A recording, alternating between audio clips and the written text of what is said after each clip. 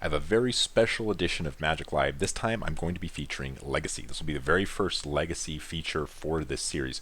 Now, if you're just wanting to get straight to the games, I am going to have a little bit of a longer intro for this one. There will be no deck tech, so you'll just see the deck tech video link in the description. So go ahead and check that out and skip to the games if you want to. For those of you who want to stick around, there is a little bit of background I want to give for what exactly this specific event is. So normally Magic Live, I just record my weekly events in their 4 rounds. This time, this was an actual full-length tournament with Swiss rounds and top 8s, and I'm going to be splitting this video into 2 parts because it's a full-length tournament and it's much longer. I don't want to have a 6 or 7 hour video. So with that in mind, this one was in Nixa, Missouri, and they were gracious enough to allow me to set up and record each one of my matches. So I want to give a special thanks out to Haven Games in Nixa, Missouri. I'll be sending a link in their description as well to their website and Facebook page and other social media. With that, this Legacy tournament was designed to attract more players, so it is a proxy tournament. I know that's going to get a lot of sighs and eye rolls from people. I don't blame you because I understand the problem with proxies. But the idea was that they wanted to attract enough players to make a big turnout, and I think that's what we all want in Legacy. We really want people to show up and play. And this wasn't like a PTQ or anything, obviously. So they allowed 10 proxies, and with 10 proxies, you can convert a lot of modern decks or have enough cards to kind of make your deck playable. I did not play with any proxies, and I described that a little bit in the video that texts the deck I chose to play, which is Blue-White Miracles.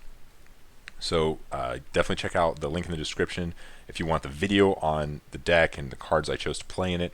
If you just want the list itself will be text in the description as well. So with that, you will see a couple of cards that are obviously a proxy.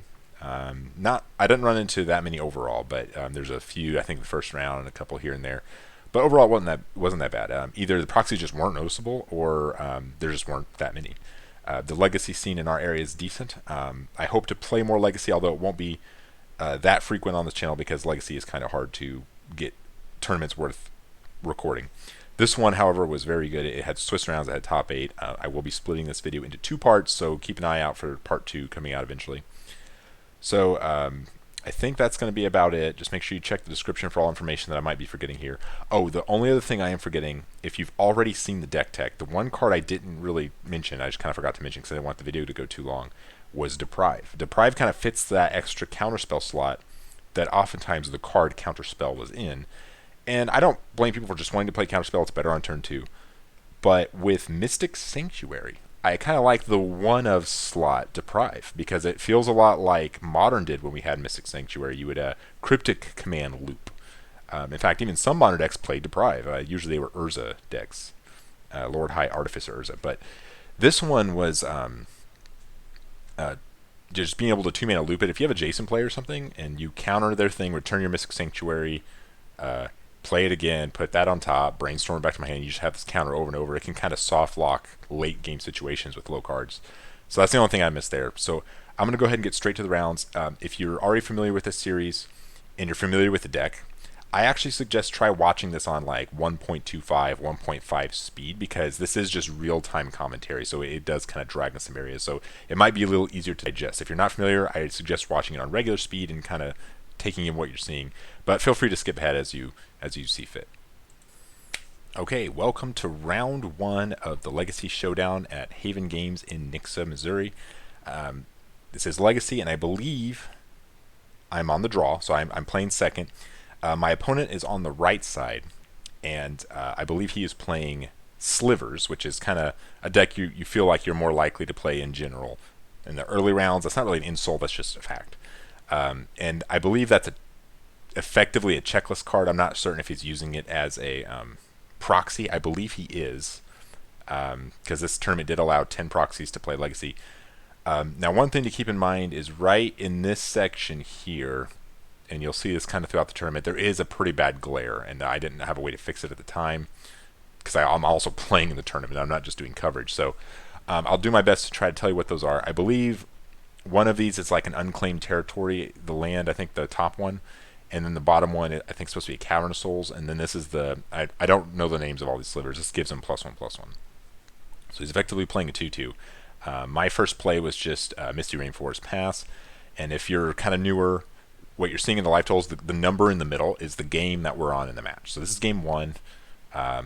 He plays a 2/2 on turn 2. Not usually something you're terribly worried about in Legacy, if you know what I mean. A 2/2 for 2, a bear. Um, I mean, I might be afraid to run into a bear in the middle of the woods, but I'm not so scared in a game of Legacy. But that's not to get overconfident, because when you're playing a control deck, you still have to answer even 2/2s and 3/3s. They will just attack. They'll eventually take you down. And smarter players, they'll know I don't have to play all my cards out to kill you fast and run into a board wipe. I can just put like 3 or 4 power into play, and you have to deal with this, because that will eventually just win the game. I mean, creatures that are a recurring source of damage. Okay, so we've got right in the bad zone. This is the bad glare zone, and I do politely ask my opponents, and I was like, hey, if you don't mind, this is kind of the bad spot. And many of them, I don't know if I thought to ask this opponent early enough in the game, or I do kind of remind them. So I'm going to apologize in advance to any viewers that really bothers. It becomes so bad that I eventually switch spots, and I just play around it. I do bring lighting, but that's not where that glare's from. This glare comes from a ceiling light, and I'm not going to, hey, can you guys turn the ceiling lights off? I mean, So over time, I'm working on shortcuts to improve these. I've already been in conversation with some people about production here. So just a couple of basic lands out of my Back to Basics Miracles deck, Miracle Control deck. This is usually about what you would expect in the early turns. And we are wearing masks, at least most of us are, or they're vaccinated. For those people watching, this is still during the COVID pandemic time, but they are, because they want to keep it in the competitive spirit as much as possible. We are still cutting decks. There are some bigger tournaments I'm going to be playing in soon that will not allow your opponents to touch your cards. So those dynamics are going to differ depending on what region you're in. But here we've got a Portent, and I'm saying targeting me. So the interesting thing about Portent is it's what some people have nicknamed the slow ponder. This is literally look at the top 3, put them back in any order, you may shuffle, draw a card. That's literally ponder, 1 blue sorcery. But this one says look at the top 3 cards of target player's library. Not opponent, not you, target player, so you can choose. And then it says draw a card at the beginning of the next upkeep. So it's like a slow draw. So pound for pound, that is worse than ponder. You get the card right away with ponder. But that doesn't mean it has no upside. I mean, you can dome them. You can just be like, look at the top 3 cards of your library. Does that happen very frequently? No. But there are definitely, I've seen it happen in coverage of competitive or professional level tournaments, where the control decks, you've got maybe a small clock with like a Vendilion click or some kind of attack force. The game's about to run out. Maybe Jace is about to ultimate. You look at their top 3 cards and you're like, okay, stack it this way. They don't have a way to shuffle. You've kind of seen and gave them their worst draws. So that's pretty good. Now the delayed draw trigger is almost always either inconsequential, not always, but most times, or it's beneficial. So in this point of the game, the delayed draw is inconsequential. I'm keeping mana open. I'm keeping myself protected. Right here, this is a relatively returning player to the game, and he's like, but you've already played your land, and so he was thinking when you fetch, that's your land drop, and we were just explaining, no, I'm not playing my land for the turn. This just puts a land into play from your library. That's what a fetch land does. So there's just a brief explanation here. But back to what I was saying about Portent, the delayed draw, a lot of I would say more often than not, is beneficial. So you set up a miracle. You look at your top 3 cards, or maybe you brainstormed a miracle on top. You have your Terminus there ready to go. You cast your Portent. You don't draw your card. You say go, draw on your turn. Since this is the first card I've drawn on the turn that it's on, this allows me to play a miracle card for the miracle cost. So you play Terminus for 1, wipe their board for 1 mana, and you're not down any cards. So that's pretty cool. But with all that in mind, it is worse than ponder as just a card in the deck. So there's only 2 of those where there's 4 ponder. And the card can just come out when you realize, okay, this is the matchup I'm playing. These cards are better. This card's better than Portent. Portent, it's like doing more of your miracle plans, and sometimes you need to hone the deck more with your sideboard. So it's an easy out package. That's something I really like about it. And you can pitch it to Force of Will. You can put it back with Brainstorm when it's dead. It's pretty solid. A lot of decks will opt to play, Preordain, because I think it is a pound for pound, also more powerful card than Portent. I think if you're going to play Monastery Mentor, I would prefer Preordain. But without Monastery Mentor, I don't need to like spell in one turn to trigger prowess. So I prefer that. So he's putting a pretty big attack force. He's got 2 of the +1/+1s. I think he's got one that's like give him vigilance, and then there's another one there that gives some other ability. Honestly, I don't know what all these slivers do. The point is, they're attacking me, and I'm gonna die. I probably have 2 or 3 turns at most. Oh yeah, one of them. I don't know which it is. I don't know if you guys can see it. It's like one of these 2 here. It's like when you attack, they lose a life, and so all the slivers have this ability. So when they attack, it's like -1, 2, 3, 4. So clearly here, I'm just digging for Terminus. He's got like 1 or 2 cards in hand. If I find Terminus, this game's over. I'm still at 15 life. So what my opponent is going to hope for is that I brick on Terminus and I find Source to Plowshares. So Source Plowshares is the best spot removal. If you had to judge just in the accessible in the game of Magic, I think it's probably easily the best spot removal spell. But he's got multiple attackers. I decided to take out his Pumpy Sliver, his Sliver Lord, so to speak. I don't know any of their names, but at the moment I was calculating to myself, okay, he counts as the highest amount of damage, so like he's 1, and then he counts another 1 for each sliver. But honestly, the black one there did the same thing in a different way. And I was talking to some of the spectators, and they maybe would have agreed that taking that one out was better. Honestly, I don't know. I don't know if it would have mattered, but I keep digging for Terminus, because it's Terminus or bust at this point. Like if I can land Terminus and either get a turn of nothing or a turn of like just 1 guy, and I can land a Planeswalker like Jace, that's usually how this deck wins. It deals with your cards, usually in the form of Terminus, like deals with your pressure if you're a sort of traditional attacking deck of some kind of aggressive deck, and then it resolves a Planeswalker. So I'm at 8 life. I drop Narset. So Narset needs to find me Terminus, or at least another Swords to Plowshares to keep me alive. It appears as if I'm not dead on board, but I'm at 8 life, and I'm probably really close, and like 1 sliver likely kills me. So best case scenario is maybe I already have a Swords to Plowshares in my hand. It looks like I found Swords to Plowshares, so this will probably buy me at least 1 more turn, and I'm going to really need to find Terminus. I don't think swords will be enough. I would have to have like swords snap swords to even get close to surviving this game. And it's awkward, right? Like I'm playing what's considered a fairly high tier legacy mainstream deck against slivers, which is not really considered that. It's like it's a deck in legacy, but I'm not sure that it's definitely not as mainstream or as high tier. And then that's like this version of slivers. I'm not even sure if it's meant to be a sort of highly competitive version of slivers, because remember, this is an allowed proxy tournament, so people, I think the vast majority of people there are familiar with Legacy and play mainstream decks, but some of them aren't. Some of the show, and I am playing against one. And this is kind of proving to you that you can't just take an attacking force for granted. You need to be able to deal with what they're doing. So honestly, I have no idea what that sliver was, but clearly it was enough to probably kill me that turn.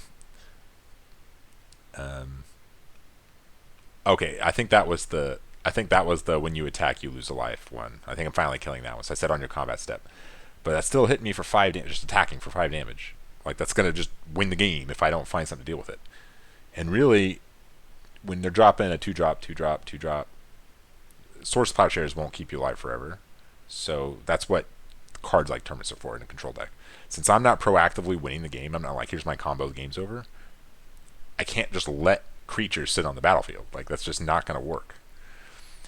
Find Deprive off my last Narset activation, which is not good here. It's bad. Like that card's just no good. I guess the rest of the cards were no good.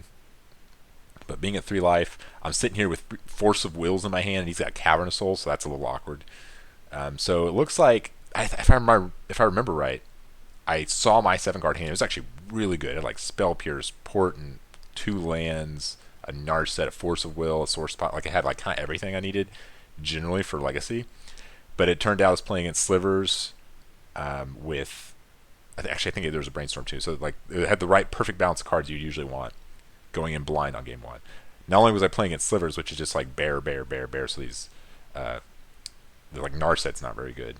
But he plays Cavernous Soul, so the Force of Will is not very good. I think I have 2 Force of Will at this point. And I had 2 Source Plowshares. I cast Portent, I cast Brainstorm. So that's like all I've really done this game. And I never found the Terminus. I've dug pretty deep in my library. and just didn't find it in time. He just attacks. So what here I'm doing, I'm activating Geier Sanitarium. We're both going to draw and discard, and I'm just hoping a prayer. Slam Mill Terminus. I think I just slam it, right? No, I don't slam it. So I'm looking at my card. I'm like, well, that's not... if it was Terminus, I would just flip it over, and this game would be winnable, but it wouldn't be as locked as it would have been if I would have done that while I was at 15. So, not a very good start. I have a handful of cards, many answers, just not the right ones, and that's one of the risks of playing control deck. I think my keep was correct. It's possible I made a play mistake at some point in this game, but I'm telling them, like, no, I mean, I'm at 3, you've got bears will just beat me down. So his bears that share abilities did manage to win game number 1. So I lose to a Proxy Sliver deck game number 1 with Miracles. I do think, however, overall this matchup is very strong. So we're going to skip ahead between sideboarding, maybe cut the length of this video down a little bit. That's one of the downsides of doing that.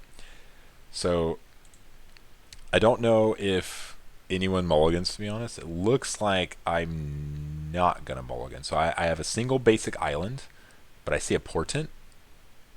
And I'm usually inclined to keep those hands. I see a back to basics, because I noticed he didn't play any basic lands game 1.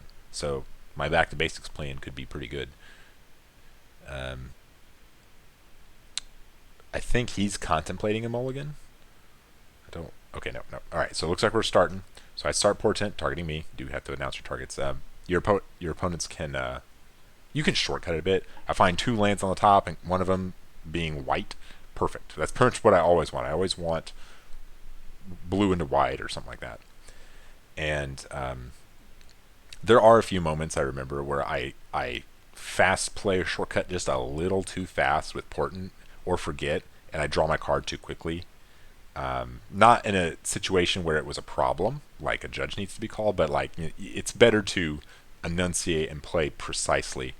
This happens much later in the tournament where we've been playing for hours, so it's not that unexpected. But usually you want white blue on turn 1 or 2, at least white by turn 3, so you can cast things like Teferi.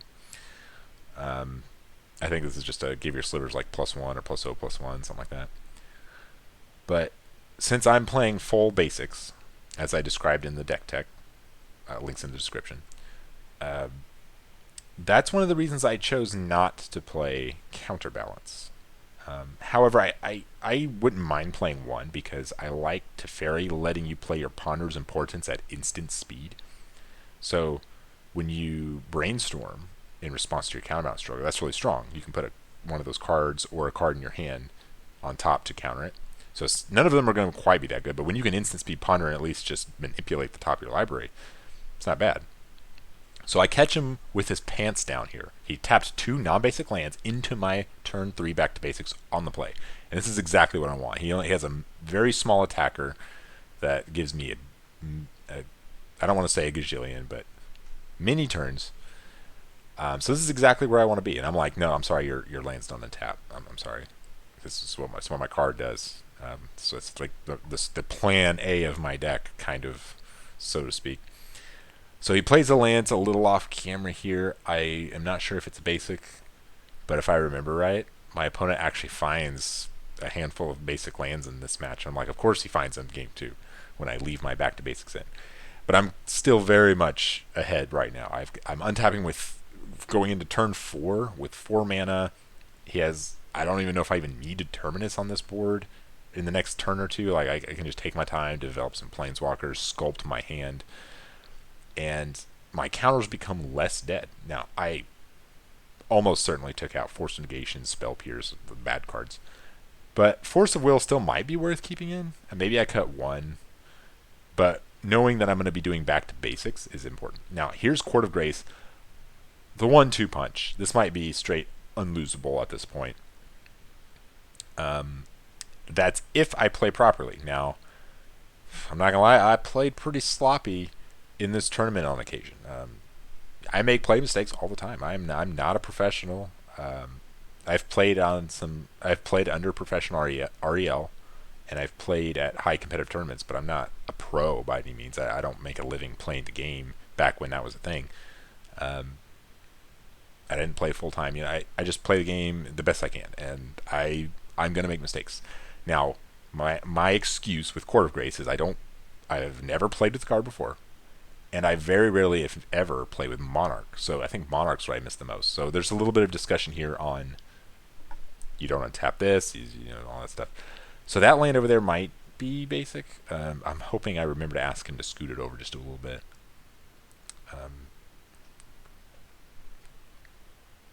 Can't really. Is that a City of Brass? I can't really tell. It looks like there are 2 non-basics here. Also, I didn't catch if I drew my card from Monarch, I should be drawing on that first end step. So I decide to trigger here. He does attack me, and so that red die there is the Monarch. So I let him become the Monarch. I'm like, yeah, it's fine. I think the Court of Grace itself will just run away with the game. Now I can block and then eventually become the Monarch back. As long as I keep advancing my board, I do scoot over because I'm about to cast some spells. I hope I end up, trying to keep track of this is a little difficult, but there's my back to basics off the screen there.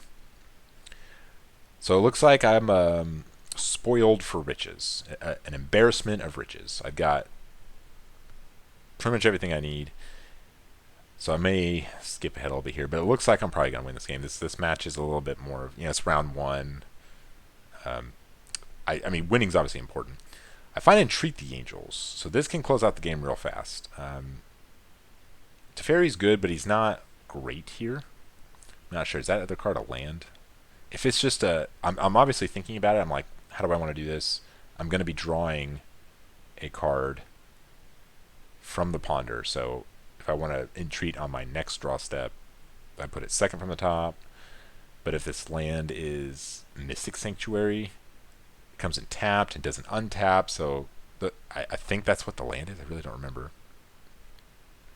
Okay, so I just draw the Teferi. I'm like, okay, I don't want the Mystic Sanctuary right now. I'll make 2 4/4s plus the Spirits I'm going to be getting. It's pretty good. I have a Snapcaster Mage in my hand, and it's interesting. If I don't have Brainstorm here, I sure hope I don't draw a card. And yeah, I don't immediately go for the bounce draw because I set up an Entreat. So I want to draw that on my next draw step when I have my mana untapped. But Teferi here is kind of awkward. So I guess I go ahead and do that. Maybe I stack it the last one. Yeah, okay. So that's a Geier Sanitarium. So at least it comes in untapped. It's a 3rd Angel. So yeah, I remember now. So it was Geier, Teferi, and Entreat.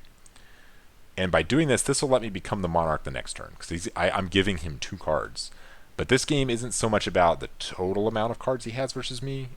It's about me maintaining a card flow while restricting his resources, but not the cards, his mana. So back to basics will slow him down enough that the extra cards won't really mean much.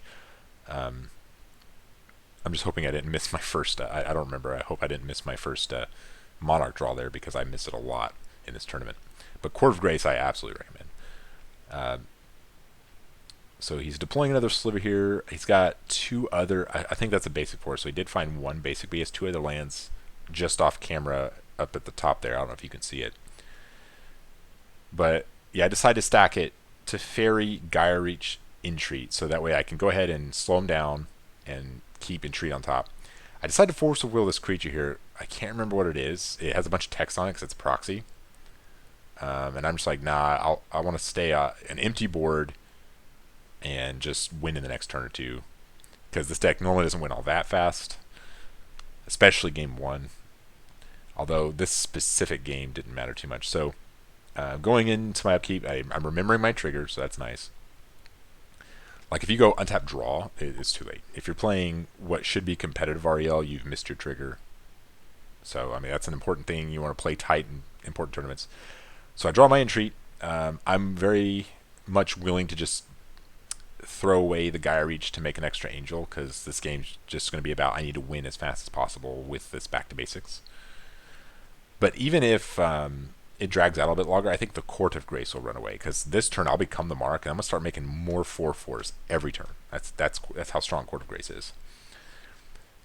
So just with this, if I play no other cards the rest of the game, I think this will win the game. I don't think, from what we've seen from our sliver opponent, I don't think playing slivers from your hand can beat this board in enough time, and especially with back to basics locking down some of your mana.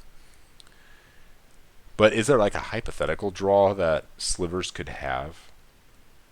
Like the best possible Slivers if he played like a Vial on turn one? Maybe, honestly. I don't play enough Slivers to know or read about it or see content because Slivers isn't quite popular enough because you can just be blown out by a card like Terminus and it sees enough play.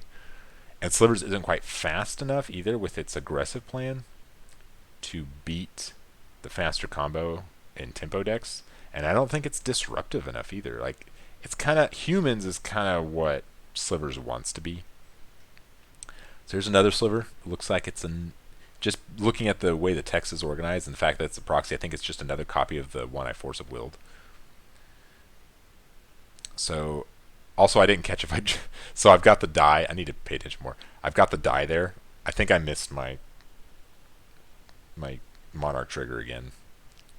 But again, it's this embarrassment of riches. Like, I can miss 2 or 3 Monarch draws and still win. So this turn it will be an attack for 4, 8, 12, 13, 14 damage. Not lethal. But I will still have a 4/4 blocker, 4 untapped mana. I probably got like 3 or 4 cards in my hand, which is pretty good in Legacy. You know, Legacy's not like standard or modern control decks where you're usually sitting on 5, 6 cards in hand to win the game and you're just out-carded in hand your opponent. It's not exactly like that. There's a lot more 2-for-1s with Force of Will and stuff like that. So it's more about raw card quality and a little bit of card advantage. So you might be up 1 or 2 cards, but given how high the card quality is in Legacy, those 1 or 2 cards are just as impactful as being up 3 or 4 cards in Standard and sometimes Modern. But resolving this Narset here, pretty strong. Got a Swords to Plowshares ready to go. Don't really feel like I can lose given what we've seen from our opponent. So with that first loss being a little bit devastating, never finding Terminus, this game I took out kind of those bad counter non-creature cards and brought in all my like creature stuff. So found Court of Grace, one of the better cyber cards, especially just on turn 4 without having much pressure. Best case scenario usually is like Terminus into Court of Grace, but since he had a slower start and I'm on the play, back to basics slowing him down was basically my Terminus this game. It kept him from beating me down with creatures, whatever form that takes. So he's gonna play another card here, and I think I just attack him for lethal next turn. Yeah, he plays I think it's a +0/+1 or something like that. So he plays that, and he scoops it up on my turn. Don't want to drag this particular game out too long. So yeah, I say attack you for lethal. He says good game. So we're gonna go into game 3, but I will be on the. I could very easily lose here. Like, he's on the play. He could drop like 1-drop or 2-drop, 2-drop, and if I just miss Terminus again, it could be real bad. So I think I need to be more aware and strict with my mulligans. Alright, so we'll start here. Luckily, he has no turn 1 play, which is exactly what I want to see. I think I had a little bit of technical issues, so I fixed the camera angle a little bit. And he finds basic land, which may or may not matter. You know, I don't even know I'm not sure if I even drew back to basics in my hand. Okay, so here he has a creature, and if it's only representing 1 power, which means it's not pumping anything else either, I would not waste a Force of Will on this. It's like there's very specific creatures like Lords or the one that you lose life from whenever one attacks, like a thing that represents 1 damage for each sliver. Those are the more important ones because it's more damage. So it's just about time. Like that's what we call tempo in Magic. It's just about how many turns am I getting to establish what my deck tries to do to win the game, which in this case is usually card advantage in some form, whether it's the battlefield, cards in hand, trading 2-for-1 and 3-for-1 in some way with cards like Terminus. So I find Portent. Best case scenario here is I find Terminus. Well, no, there's no way to get multiple creatures off a Portent drawn Terminus because he's only got the 1, and it would be. Yeah, I shuffle. Yeah, I must not find anything useful there. Not sure if I'm looking for lands or Terminus, Brainstorm, something like that. Maybe just Swords to Plowshares, because sometimes 1 or 2 Swords to Plowshares, like Sword snaps swords, and it leaves him down with like a 1/1 or something. I can like play Jace and then stabilize that way. I do see a back to basics in my hand, so that may or may not matter. It can be Brainstorm fodder. It can be pitched to Force of Will. Maybe I play it. So yeah, there's 2 non-basic lands. I think these are effectively guild gates. So, I mean, that's kind of the context I find myself in game 1.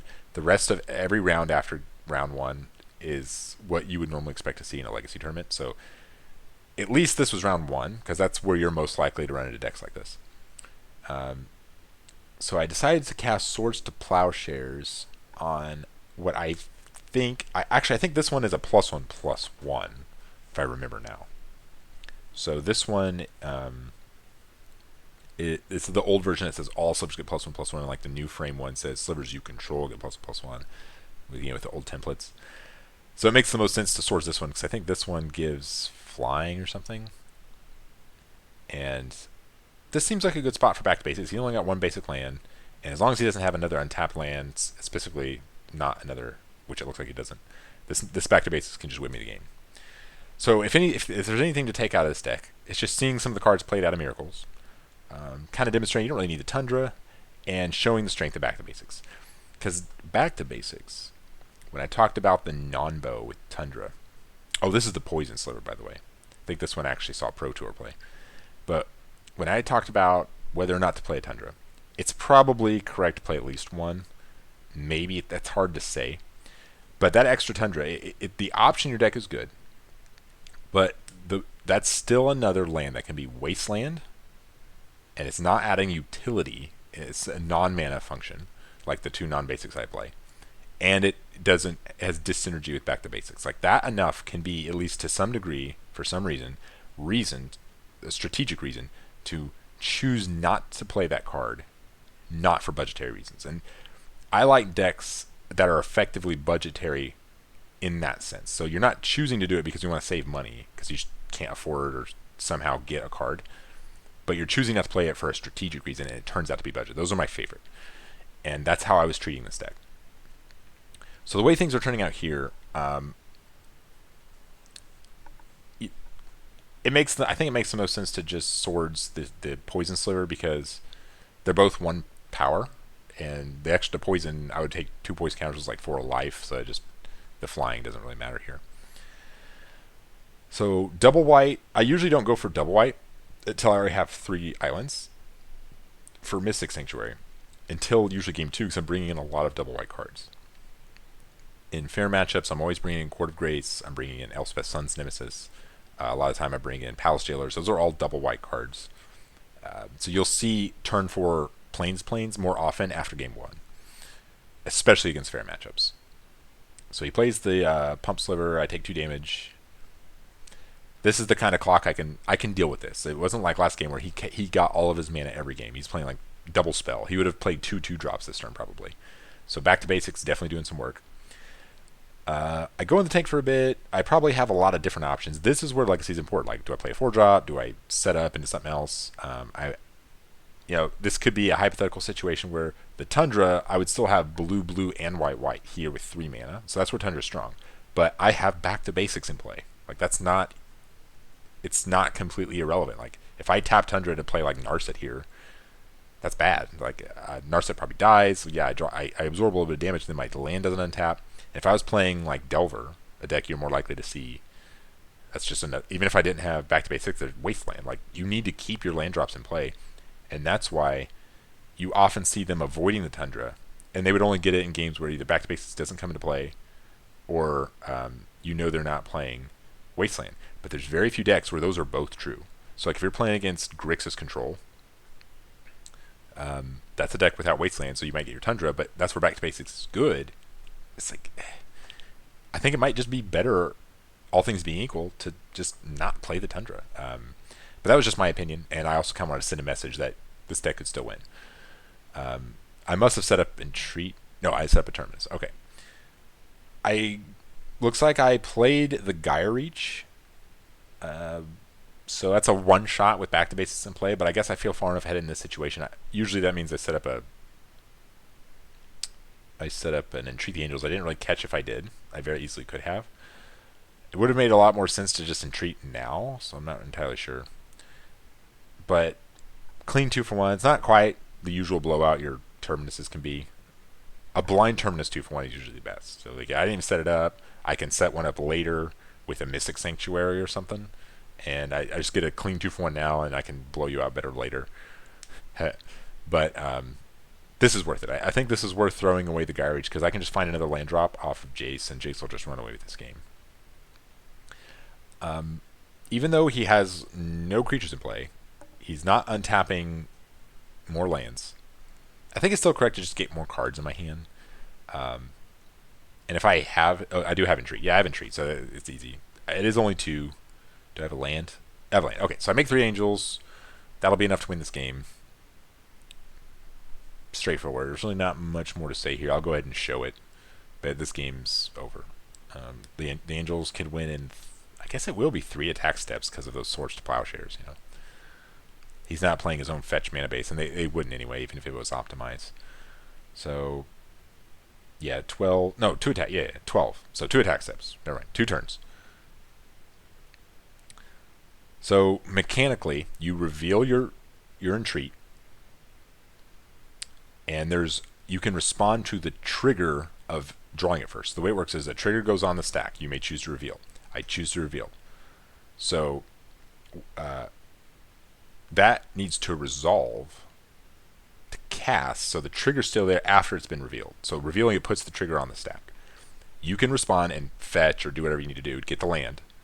Then when you get priority back after you've done that, you cast it for whatever you want. So that's why there is a window there. It's a little weird and unintuitive if you haven't done it before, but you can do that. So 3 Angels, 12 power, should easily run away with this game. The question is what to do with Jace. I just brainstorm, find another land, maybe I have a Swords in my hand in case something goes wrong. Whatever. I have no idea. I don't know nearly enough about Slivers, to be honest, because it just sees that little play in any format it's legal in. That doesn't mean it can't win. It beat me pretty convincingly in game 1, to be honest. But we're going through the motions, you know. I respect players that do that. I know Reed Duke is known for never conceding unless it affects the game toward his favor. So I saw him concede. I mean, he obviously done it before, but I've seen him concede early in Legacy where there was a control mirror and they were in game 1. No, I'm sorry, they were in game 2 and he won game 1. And it was looking like he was going to lose game 2, like almost surely, but it would take 3 or 4 more turns to lose. So the clock mattered. So he wanted, like, I have to get to game 3 and win game 3, and he did. That was so that strategic concessions, whether it's for the clock or it's to conceal information, I agree with. And even someone like Reed, who's known for never conceding, that's contextual. I mean, don't concede just to be easier. Like, I don't want to deal with this anymore. Like, it's not worth it. But if it's like they go to Thoughtseize you before an onboard kill is going to happen, or something you know is going to happen, and you have cards in your hand you don't want them to see, that concession there makes sense. So he draws his card, can't cast any of his spells. I decide to Vendilion click him on his draw step just to have the most possible insurance. Whether Vendilion click is correct in this matchup, I have no idea. I think I just had enough bad cards to take out. So he reveals a bunch of spells he cannot cast. And so I'm just like, you can keep those. And I have to look at his proxies. I'm like, what are you playing here? So I am going to go ahead and wrap this up here. I just untap and attack for 12 into his 11 life and win the game. Actually, I'm sorry. I attack for 15 because I have a Vendilion click there. So we scoop up and discuss. So let me go ahead and skip to round number 2. So in round number 2, my opponent has a playmat, so I play with playmat. Let's see. My opponent here is playing Food Chain. I remember this. And this is a pretty good game. I am also on the... I'm on the draw again. So losing die rolls are not fun. But we start with Trop and Ponder, very common open. I obviously don't know going blind that my opponent's playing Food Chain. So my first thought, when I say Tropical Island Ponder, statistically, I think the most likely deck is Delver. I know right now Blue-Red Delver is a little more popular after Modern Horizons 2, but just, you know, historically speaking, generally a Tropical Islands and a Ponder is probably Rug or Team or Delver. Other possible decks, you don't see Food Chain a lot, so Food Chain was not the first deck in my mind. So I think other potential decks, Tropical Island. Could be something with Euro. Snow Control. Maybe that's my first thought, or my second thought. It could be like a Miracles deck, splashing green for Euro and a few other green, like Icefang Quaddle maybe, I don't know. It could be a Stoneforge Mystic deck with Icefang Quaddle, so it could be something like that. I'm not thinking too much right now. We're mostly just going to develop. We're going to play some lands. If I see an early threat, like Delver Secrets, that I could expect cards like Wasteland and Stifle. But he's playing his Ponder before his land, so I'm willing to trade here. There's no bad trade here. He's either going to have trouble missing his land drops, the Spell Pierce might get worse over the time, and he Force of Will, so he's missing his land drops. That's exactly what I need. He pitches, I forget the name, but he pitches that, I don't know if it's a Raven, the 3/3 can be cast from exile, 3/3 flyer for 4. So immediately I know he's playing Food Chain. So the jig's up, and he's very clearly looking for lands. So I've established that. The shuffle, I mean, it's so obvious at this point. I thought it was obvious on the Force of Will, but with the shuffle, it's obvious. So he's looking for lands, and now that I know this, not only do I feel better about my Spell Pierce play, I maybe have thought about, should I have fought over the Spell Pierce if I had Force in my hand. I don't remember if I did, but now I know what to look for and what cards to try to stop. So if he plays Creature, I'm not going to fight over that. I'm going to fight over cantrips and stuff. So now I'm up on lands on the draw. This is about as good as it can get. I actually think I'm up on cards too. See, Force of Will, and I'm on the draw. So like, I'm winning on all fronts here. He's also not gonna be putting any kind of pressure on me. He's gonna try and win in one turn. And a Miracles deck is designed to be pretty much all answers. Now, Swords to Plowshares is not very good in this matchup, all things being equal. Terminus isn't so bad. Putting the creature on the bottom of the library is better putting it back in exile, where he's just going to Food Chain it again. So I cast my Ponders. He's probably not going to bother countering it. He probably wants to protect his own proactive something, whether it's playing Food Chain later or protecting his Ponders from my Spell Pierces to find lands. But he's missed 2 land drops, so this is big. Finds one. And it's a basic land, so I do keep note of that. I'm not sure if back to basics is where I want to be at. I'd rather just slow him down enough to develop and get way ahead. I believe I saw 2 Food Chains in his hand. For those who may not be familiar with Food Chain, I don't know if I can give a full tutorial here, but Food Chain's an enchantment, 2 and a green, and it says you can exile a creature and add mana equal to its mana cost +1, and I think you can only spend it on creatures or something like that. And there are a handful of creatures that can be cast from exile, so those go infinite. So you make infinite mana that can be spent on creatures, and it can kill you with like a Walking Ballista, or maybe it has one other win condition I'm not sure of. You can just play all its creatures out, I guess, make a big attack force.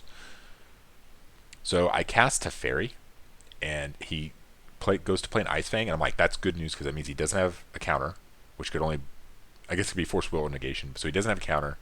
So as long as he doesn't draw one, he's just trying to get it into play before the Teferi, and if Teferi resolves, I feel like I'm very likely to win this game, because any fights over something will just incredibly favor me.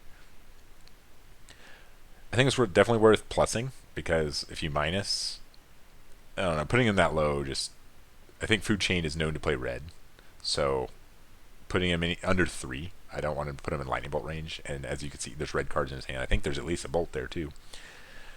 So Brainstorm comes out here. I don't fight over it, and I don't see a land. Okay, yeah, there's a land. So he's going to be able to start developing. He's got another Brainstorm and fetch lands. That's about perfect for him. But he might be too far behind at this point. I've developed all my land drops. I found Teferi, and he couldn't deal with it. But his hand has a lot of stuff. He's got a Lightning Bolt. Looks like there's a Euro there, a Food Chain. So it's not like he can't win the game. Because it's not like I'm going to untap win the game with Teferi in play. I'm not going to show and tell him. But he also doesn't know that. I don't think he necessarily knows, unless I told him or someone told him if he was spectating. I could be potentially playing show and tell. There are some show and tell decks that lean heavy on basic lands and play Teferi. And I haven't played anything that directly puts me to Miracles. I haven't played Portent. I think Portent would give it away, but Ponders and Spell Pierces, these are very commonly played in other decks. So there was I don't think it sees much play after Modern Horizons 2, but there was a blue-white, it's like a splashing white, Cunning Wish, Show and Tell kind of deck. I don't know how, I mean, it was mostly white for the Teferi and swords, but maybe had a small package. I don't really remember, but I could be playing this, and that would be much worse for him. This is where Teferi would be much better. So Teferi is just kind of like extra utility, high card quality in my control deck, but when Teferi is actively protecting your game-winning combination or game-winning action, that's where Teferi is considered obnoxious, I think. If it's just like a controlling game and making the game like fair and stopping unfair things, that's like, is that so bad? It's more about its protection. So ask how many cards in his hand. Looks like he has 6. So 6 cards on turn 5 with 3 lands is okay by me. I think just keeping this, protecting this Teferi, sculpting answers. So I've cast 2 ponders, sculpting my answers, and kind of getting an idea of, okay, what cards I'm prioritizing for what kind of questions he's asking. So obviously I want to prioritize counterspells for his food chains. I want to prioritize source plowshares for Euro. I want to try and hit Jace the Mind Sculptor and keep it alive. He's already revealed Volcanic Island, but he could be playing a lot of things I'm completely unaware of. I don't know exactly everything he's playing. What's his plan B? He could just play guys. So here's a Euro. I'm not going to stop the card draw or the. I'm trying to see if there's a glare there. I'm not going to be able to stop his card draw, his life gain, which I don't really care about. But I go ahead and swords it here because it'd be better than letting him cast it again and getting more cards. So just let you get your thing. You can't cast it from exile. It's just gone. So that's €1 down. It looks like the Ice Fang just goes after me. Interesting. I think I may have forgot to plus Teferi there because yeah. Oh no, I remember. I did announce it. I just didn't move the die properly.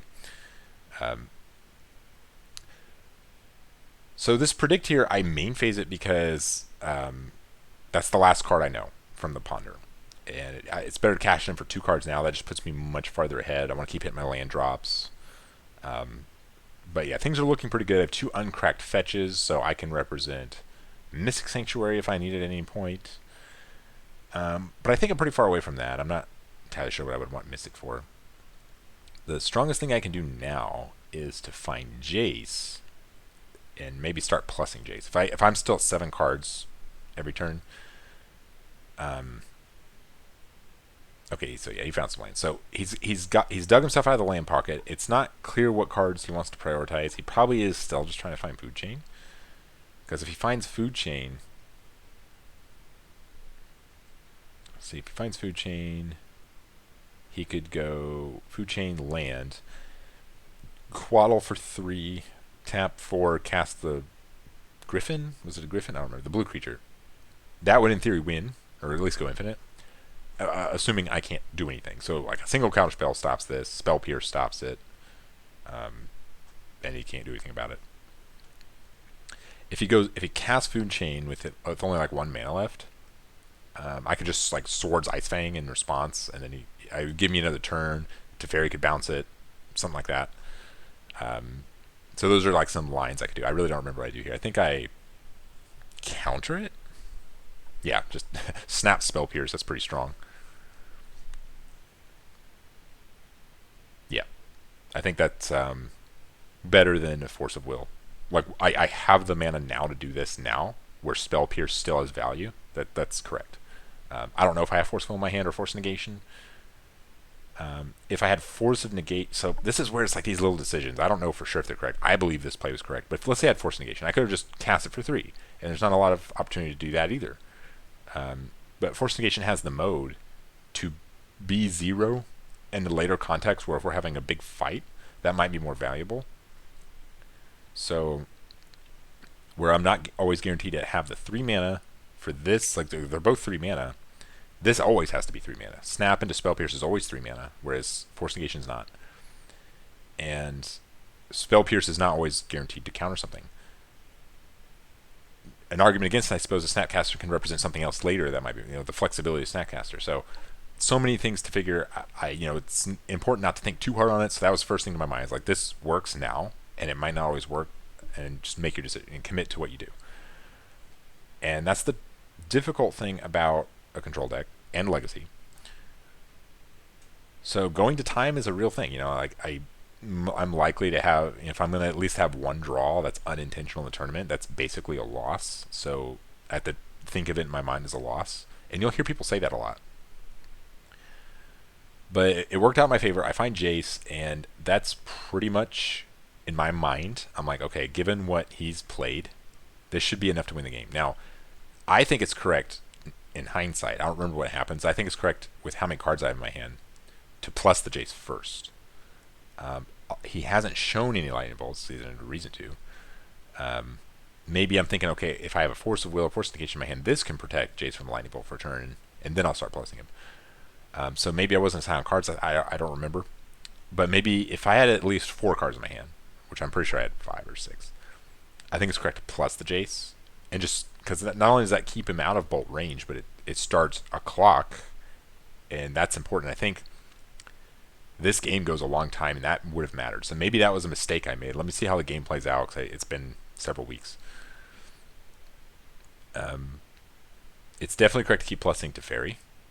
Yeah, because Ice Fang poking Jace for one's not consequential, and getting Teferi as high as possible, making it very difficult for him to get it off the battlefield, which makes every counterspell in my deck just a hard tempo swing in my favor. Alright, so here is, I believe, Endurance. And I don't think that's worth fighting over, but Endurance's power is relevant. I don't know about its ability. Its ability is like... He's like, actually, you have to shuffle it. I'm like, oh, yeah. I haven't played against Endurance for a little bit, but... so the Spell Pierce is exiled. Or put it on the bottom, not shuffle. Shuffle the stack. But,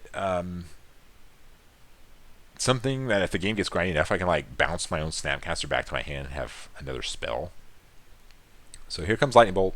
Is this worth fighting over? Well, if I have another Jace in my hand, maybe, maybe not. So I decided to just brainstorm, see what my options are. I could let it die, play another Jace. I could Force of Will. I could just let it die and maybe have something else going on in my hand. I don't know. And I let it die. So I think I'm most likely going to have another Jace in my hand. And good for our opponents for playing Endurance first, not putting Jace back in my deck again, because that's just like another Jace to fight through eventually if that comes down to what we have to do. But another thing to keep in mind is, since I'm playing 10 fetch lands in my 20 lane deck, only 8 of my lands are basic lands to fetch for. So I'm going to run out of fetchable lands eventually. I pretty clearly had the second Jace. I think it's good to keep up blue plane. Yeah. Just trying to figure out what are blue planes. Okay. So I have 4 islands and 2, so there's only 2 more fetchable lands. And keeping track of that's important when I've developed so many lands. And I don't have them like close to death in any way. I don't have a Jace ticking up. And I brainstorm again. It's not clear what I'm looking for. I think I'm scared enough of just dying to food chain that I just want to make sure I have a lot of answers in my hand. But I think... Actually, I only have 4 cards in my hand, so I understand why I brainstorm. I'm not sure if it's correct, though. Knowing that I have 2 Swords of Plowshares, after looking at that, and like this does not answer food chain. Like swords, like that can't break up his combo very meaningfully. I guess I just want to find enough answers. But casting back to basics is like, I don't know. I'm hoping, I didn't see, but I'm hoping I found Entreat the Angels here, because that would probably be enough to win the game. Because I can like untap, put a lethal attack force in play after fetching, brainstorm again, try to find another counter spell, and that's really all I need is like one more turn to counter, because I can make 2, 3, 4, 5, 6 angels, which should be plenty to be a 1-turn clock. So multiple brainstorms have been cast this game. This is Legacy, brainstorms, ponders, Force of Will. More than half the time, but not by much, Wasteland. I don't expect to see Wasteland against in this matchup here. And Wasteland wouldn't do a whole lot. It put him, him losing his extra colorless mana would be worse for him than me losing my colorless mana that is the only target he has. I like Wasteland. So Wasteland being able to kill important lands that affect the game other than mana is useful sometimes. Like the old 4-color decks would sometimes play them. Obviously, like lands-based decks with Life from the Loam. And another deck I'm forgetting. But usually you see them in Delver decks that are trying to do mana denial, and they'll use Wasteland and Stifle to take down your mana bases, which makes the days better. So that's my favorite way to play Wasteland. But he's going for the food chain here, and obviously I can't just let this resolve, because this will win the game. So at least I'm going to treat it that way. Worst case scenario for him is he resolves, and he just puts a bunch of creatures out, and I can Terminus. That'd be like kind of nice. But I want to assume that there's some kind of instant win combo finish, like Walking Ballista. So I'm going to fight over it. I'm not entirely sure what I have, though. I see Imperial Recruiter in his hand, which is pretty scary. That would be a game-winning card. I just go find a Ballista or something. Casting Brainstorm. So this suggests I don't have an answer. But whew, we find Force of Will. Sometimes you just get lucky, you know. I think I was stone dead to this card here. All of this, all its missing land drops and Resolving Teferi could have just not mattered. Pitch the back to basics. So saving that, like I could have cast that. I think, oh, I'll lock down 2 or 3 of his lands. But look how he's tapping. He knows what's up. This guy knows how to play. And then he's got another bolt for my Jace. So he's playing very precisely. Would I have tried to protect that Jace there? I probably would have. So, I don't know, maybe not. So I found all 5 of the islands. So this fetch lane here represents Mystic Sanctuary. Let me think for a sec. I could have Mystic that Force Will back. I find it back to basics and shuffle. I don't know. This is where it gets tough. Like I could have put another what would you call it? I could have put another like counter in my hand, but I guess I thought to myself like I need to find another Jace or something. We might get to the point where I need to bring this Snapcaster back to my hand. So that's some. He attacked Teferi, I think, in the last turn cycle. If I minus Teferi now, he'll go to 3 though. So many swords to Plowshares. So I think putting 2 of those back is good. Now, do I shuffle first here? Because this is a Mystic Sanctuary. I'm thinking to my hand, that's the only land this can fetch. Well, I guess it could fetch another basic planes, but maybe it being a Mystic Sanctuary is more important. I could get Mystic, put Force on top, but I don't have another blue card. So that's a little... This is where it gets tricky. It's not like I don't have a clear path to victory here. I have paths, but it's not like obvious, like I'm ahead, here's what I do to stay ahead. That's not the case anymore. He's like starting to present threats. He's getting his mana. Eventually, if I knew the game would go long enough and I would need to set up something, having back to basics in play could be good. But I think I decided that that's not what I want to do. It might be better to try to run him out of cards and find Narset. That might be the better overall play. But I mean, we're at the point where he's just like 3/3 flyer for 4. If this sticks in play, I'll win the game. It's just he'll attack down my creature, I can't block it, or he'll attack down my planeswalker. But I am saturated with some swords to Plowshares. But since I did plus Teferi, I can flash this in. So I decided to shuffle. I'm not sure what I'm looking for though. Maybe Terminus, because I don't want to put that back into exile with swords. That seems kind of bad. So yeah, I think that was instep. I was just like instep, Portent, draw, no Terminus. A swords is a fog, I guess. I guess it makes him spend 4 mana. There's a Teferi, or there's a Narset. So Narset's good here. I really just need to find Entreat the Angels and maybe like one more counterspell. The cards here are good. I do effectively have another Force of Will with this Mystic Sanctuary I can get with Flooded Strand. So with Narset, I can play Narset, activate a Brainstorm, so I can go like fetch, Mystic, Brainstorm, put it in my hand to give me another turn. But Narset really needs to find gas here. But I don't know what I'm doing. What am I doing right now? Okay, so I'm doing Mystic Sanctuary. Another thing I could do is Mystic, Brainstorm it back now, I guess. So yeah, I'm gonna put a Force of Will reserve, but I'm not gonna lie, I'm not sure what my plan here is. I said what I thought I should do. I bounce the creature and draw the force. I guess that's okay, but now Teferi is boltable. Now if he only has 2 cards in his hand, I want to probably instep the Geier Reach. And I'm getting to the point where I can't really use fetch as well anymore, so maybe Brainstorm's not so good. An extra Brainstorm. So I saw another Brainstorm there. I saw Ponder a Teferi. Taking the Ponder, I think that's probably good. But I down-ticked the Teferi, so I need to cast Ponder right now. Or keep it as a blue card. Because I have an instant speed Brainstorm to just look 3 cards deep on his turn if I need to find something. So he has Force of Will, which does nothing. Endurance, which he cannot flash. So this Teferi is still doing some work. This game's getting pretty intense. This is still game 1. So this is a potential... Like, had I ticked up that Jace, this game may have gone very differently. Alright, I forget the name of this card here, but it's really cool. It's a 1 and a blue sorcery. Search your library for 3... I don't know if it says 3 creatures or just any 3 cards, and then exile them, and then draw a card. So he can go get more of the Griffins and Scourges. And it's basically drawing 3 creatures because he's going to get cards that can be cast from exile. So this is like drawing 3 less than efficient beaters, like draft cards, but they are resilient. And if I don't present something to win, like an Entreat, I'm going to lose. And this is actually a situation where running him out of cards is not good enough, because if I run him out of cards in hand, he's just going to keep casting creatures. Like, that's not going to be good enough. I'd have to Terminus them back to the bottom. Then we'll be okay. Like, those cards need to go to the graveyard somehow.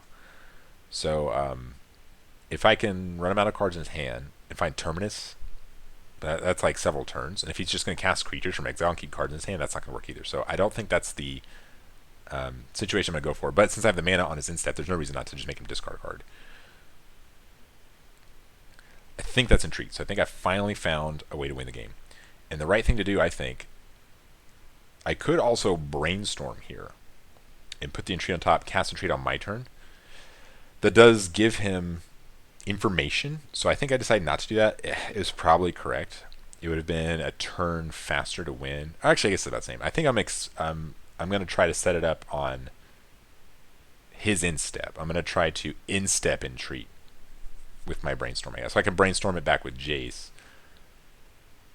So there's the Brainstorm from Jace. Finds 2 swords to Plowshares, which are effectively useless. I have no fetchable blue lands. So if I find a way to fetch a white, I have 1 more plains. That's a lot of land. Like, you don't usually see this much mana in Legacy. That's 6, 3, 6. I have 9 mana. I think it was correct not trying to go for back to basics. He would still have 3 mana. He wouldn't have any red, so maybe that's the thing. I don't know. I think I like the choices I made, but it's not obvious that it's objectively the best choice, and no other choice would have been potentially better. But it looks like I'm going to win this game. I finally found a way to win. I found Entreat. Would Jace have 1 faster had I plused that first turn? I don't know, but after seeing this game again, I think it might have. He would have had trouble double bolting it down, and it's been so many turns. So Swords to Plowshares could have protected him from like an attack enough. I think it may have been a little faster, so then maybe in hindsight that would have been correct. But then again, Jace found multiple cards that I may have used and lost track of to not know the game would progress the exact same way. And that's why it's not always worth your mental energy thinking that through. So I am going for the Entreat here, but I'm not spinning a card in my hand. I'm actually just activating Geier Reach, because it takes him down a card. And I'm still getting 4. So that's 2 turns, good enough. It's 16 attack power. He has 2 blockers, but I can Planeswalker them away if necessary, or I can just like let him block and just do it again or something. He decides to go scoop it up because this is a long game 1, and there's this weird point in a long game 1 where it's like, okay, if I know I'm going to win this game, like at a certain point, let's say I knew that, I'm like, okay, it looks like I'm going to win this game. Do I try to play even faster than a reasonable pace to win faster, or make certain play decisions to win faster, so I can get through to game 3? Or do I make him do that and concede early and play? This is gonna sound weird, but play the game in a way where it's not so obvious that he'll win, where he won't concede. That way, the time just runs out game 2, and I just win 1-0. That's a reasonable thing to consider, but don't slow play. If you're gonna do this, don't like take long-winded decisions. Oops, we already started. Because that is illegal. That's against the rules. So you can't intentionally slow play to draw the game out. You can't make long-winded decisions or do something malicious like use up every the old Saito way where you count this and count, because you're allowed to do that and it takes time. If there's evidence that's malicious, that is against the rules. But you don't have to, like, I don't have to play Entreat the Angels. I can just keep stopping him from winning, I play a reasonable pace. That's legal. I can just choose to not do something proactive that wins the game, because he can concede at any time. That's on him. So that's a very important distinction of what slow play means. Slow play does not mean that you are not trying to win the game, because the opponent can concede. That's up to them to decide. Slow play means you are literally taking a long amount of time sitting there to make a play. So it's like when I do ponder, sometimes when you're doing something like a ponder, which is just basically just drawing a card, like you're not doing mechanical things that much. You look at the top 3, you look at your hand, you think for a sec, you look. If you do that and you're just like really slow, unreasonably slow, and there's some evidence like at what time of the game it is and how you've been playing previously and other things that indicate you're doing it on purpose to drain the clock out, that's against the rules. That's an example of slow play. I eventually found Entreat the Angels, and the reason I went for it wasn't, I don't know how much I was thinking about the clock. I think that thought crossed my mind, like, do I try to win the game faster or not choose to try to win the game, because it's not guaranteed I'll win game 2, and a draw is basically a loss. That thought went through my mind. But when I played Entreat, I don't think I was thinking I need to play it to try to win game 3. I was thinking, like, I don't know that I'm guaranteed to win this game at all. So if this can win me the game, a game win is better than not being sure. Like, if I know this will win me the game when I'm not certain I can win this game at all, I'm going to go for the win, because a win's always better than nothing. And there's still enough time left on the clock. I think I was like, okay, it's not super obvious here. But the way this game's developing, my opponent's having a much better start. He didn't miss any land drops. Euro accelerated him. So things are looking pretty solid here. I did not source the Plowshares, the Euro. It's looking like, I'm thinking to myself, okay, I have different cards in my deck. After seeing Euro and Food Chain, I felt like I saw enough of his deck to know, okay, I think Surgical Extraction is good here. It can stop a Euro. It can just, like, if I take out Euro and I can deal with Food Chains, I don't think his 3/3 for 4s and 3/3 for 3s are going to beat me. So having access to that card is good. I'm hitting my land drops. It looks like I've got a good amount of cards in my hand. I've found Deprive, which could be useful if the game goes long like last game. There's definitely not enough time on the clock to drag the game out that long, and I hopefully have at least a few more win conditions in my deck, but I'm not certain, because this isn't exactly a fair deck. I mean, Food Chain definitely has a fast combo kill, so is a card like Elspeth good? Like, is that a good slot in my deck and in my hand? Like, when I draw it, is this a card I want to keep myself alive against Euro? It's not going to reasonably beat a Euro in play. I think it beats a Euro on the board just in terms of just raw board presence, because it can chump block Euro, but Euro draws cards. It's ridiculous and gains life. So I'm not going to like outrace the Euro with attack power. And since Elspeth doesn't draw cards, it's not good enough. But in dealing click, I like a lot. It can apply pressure, but also interact in some way. I'm trying to remember what I do here. I obviously target him. What do I do? Do I end up taking one of his cards? So he has Bolt, Endurance, Ice Fang, and 2 other cards I can't quite tell. I guess he's deciding whether he wants to take out a Lightning Bolt. It's like, if he Lightning Bolts here, I think I'm totally fine with that. So let's say hypothetically he has an important card like a Food Chain or something, I can't deal with it. I take it. So I'm basically taking 2 cards. So that's pretty cool. Another important thing to remember about Vendilion Click in this deck, this specific design. If you Vendilion Click when you have your, sometimes you let him keep it. There's no good cards here, like you can keep those. But, oh no, he's casting Ice Fang, okay. He could still Bolt here, but I don't like playing Bolt. I'd rather save Bolt and either make me take it to protect a Planeswalker, or save it for a Planeswalker if I don't take it, because Ice Fang just blocks. But an important thing about Vendilion Click is when you have Narset in play, it's just a really sweet Thoughtseize. You're just like, okay, take this, you don't draw a card. I have a 3/1. It's incredible. So I'm doing this on his draw step, or his end step. Actually, I think it's his end step. So I want to keep mana open during his turn. So you have Bolt, Endurance, and 2 euros. Ugh. So not super clear what the take is. Do I really? I mean, I don't want to deal with more euros, but also they're kind of not great here. Oh, he has the Griffin, I think.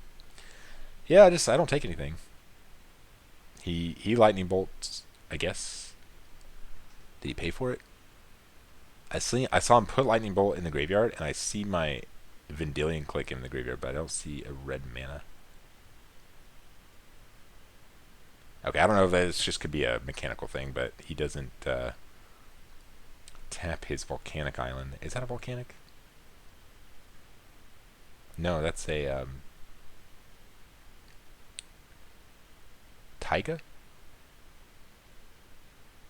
I can't tell. It's some other. It's red. It ended up, okay, we're past the point where it matters. I think he forgot to just tap because he did something. Okay, here comes Euro. I don't think it's worth countering, but I need to find a source Plowshares or a Terminus or something. I did cast a Brainstorm, so I might have a Terminus coming. And I didn't see a Force of Will or any counterspell. He may have taken his Force of Wills out because they're not so good against... okay, this I have to stop this. Okay, so I have Force of Will in my hand, so I can stop it. Okay, so I don't counter it. I let Food Chain resolve and pass the turn.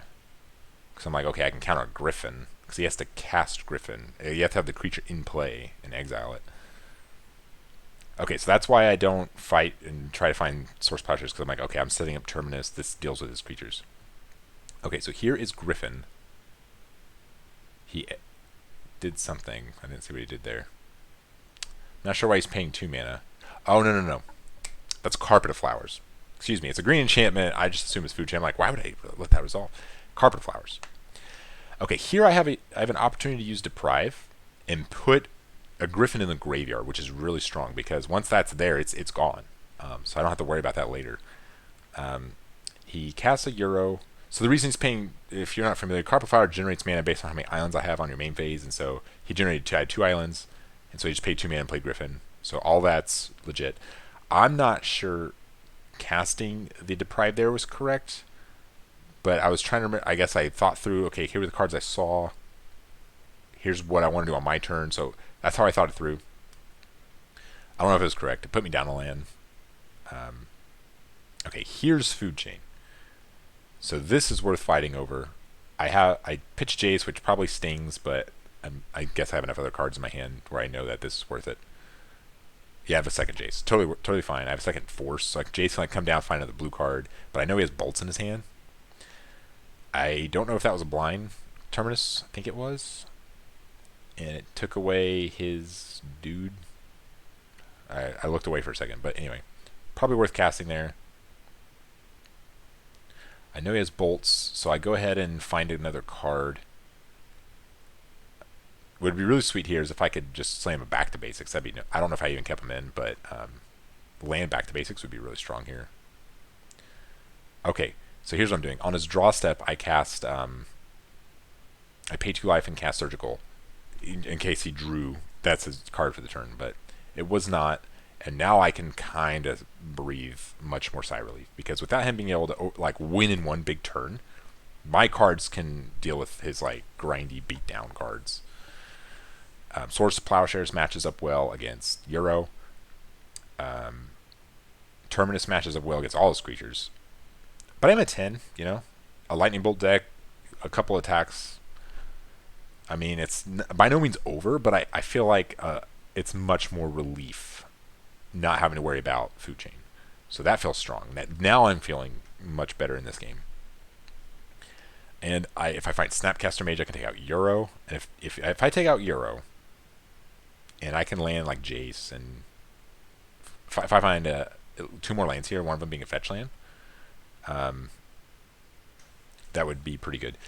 But he's going to cast Lightning Bolt here. He has 4 mana left, so that Spell Pierce is looking kind of bad. He's got what's that card? It was a standard all-star, the Hydroid Crisis or whatever. I'm like, oh man, it's so awkward seeing this card in Legacy because you wouldn't think it's good in Legacy, but it's like totally good right now. Where it's like I don't have a lot of mana. He's got a bunch of mana. It's gonna draw cards. It's gonna put an attacker in play. Like, I don't want to deal with that. And I don't know if it was correct, but I think when he casts it, like I go to counter it, but it's like a cast trigger, like Eldrazi level cast trigger. So it's like, oh, he still draws cards, and that's like annoying. And every card in his hand is like card advantage. Like even Imperial Recruiter's a 2-for-1. So this is kind of awkward. Like I'm like, all right, I'm dealing with your threats. I dealt with your threats early. Your Euro, I dealt with your food chains, and now I feel behind. I'm missing land drops. So I ain't feeling so good anymore. I can't cast the Jace in my hand. He dealt with Teferi, so now it unlocks any counter spells he has, or now I can flash in Endurance. Carpet Flowers is way ahead on mana. So with Carpet Flowers, I think I like not playing back to basics as much. And he's finding his basics, and I revealed it even though I didn't cast it. So I decided to go ahead and counter this because I know I don't need to save this for like a food chain. This is just a better creature. But he still draws the cards. I'm like, yeah, it's cast trigger. Ugh. I don't know if I realized that when I snap forced it, but can't take that back. So I don't know. This ain't looking so hot. He has 3 power. I'm at 7. I do have swords, and I probably almost certainly have to swords this because I need as many turns as possible. I need to hit land drops, cast planeswalkers. I need to do everything I can. But honestly, right now it looks like he's winning. Lightning Bolt sucks being this low. I think he has a Pyroblast. Like, ugh, this is bad. I think I'm going to lose. And losing with how little time's left on the clock, going to game 3, is basically a loss, which it's a draw, which is a loss, because like I can't win fast. I can't win in 3 or 4 turns. If it's turn 1 through 4, if we have to go to time early, I cannot win. Like if I get, because 4 total turns or even 5 total turns is only like 3 or so turns for me. I can't put enough power into play to win. I don't have combo, so not so good. I think like I'd have to like go snap. Yeah, I just scoop. I'm like, okay, you're gonna win. Actually, I think you just won there because it was a 1 and he wins with that. So we're going to game 3. I have no idea what the actual clock is, but I remember it's low. So let's go ahead and skip. A little fast there. Okay, I think this is good enough. So we're resolving our mulligans, and that takes time. I find what looks like a 1-lander on the play on a mold of 6. Do I have a plains in my hand? I'm wondering if time has already been called. I'm guessing not, right? I would. Well, he would definitely play it out. He could win in 3 or so turns. But we're not playing super fast, so I think time may have already been called. I wouldn't be feeling super hot here. Okay, I do have a plains. I was like, I don't know if this hand was good. Why did I keep this? But as long as I have a plains and an island, I can usually work with that. But if time was called, no, I don't think time was called. If time was called, we'd have a dice out, keeping track of the turns. But we're not like picking up our pace of play, which I should definitely be doing. But maybe I looked at the clock and there was only like 1 or 2 minutes, and it's like my pace of play at this point. I can't win. I just need to stay alive and get the draw, which it's an effective loss, but it is better. It's 1 point. It's better for your breakers.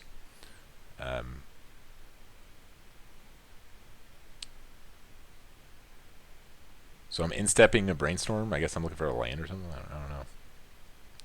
Yeah, at this point, I think I'm just playing not to lose. So I have 3. Wow, 3 Force of Will.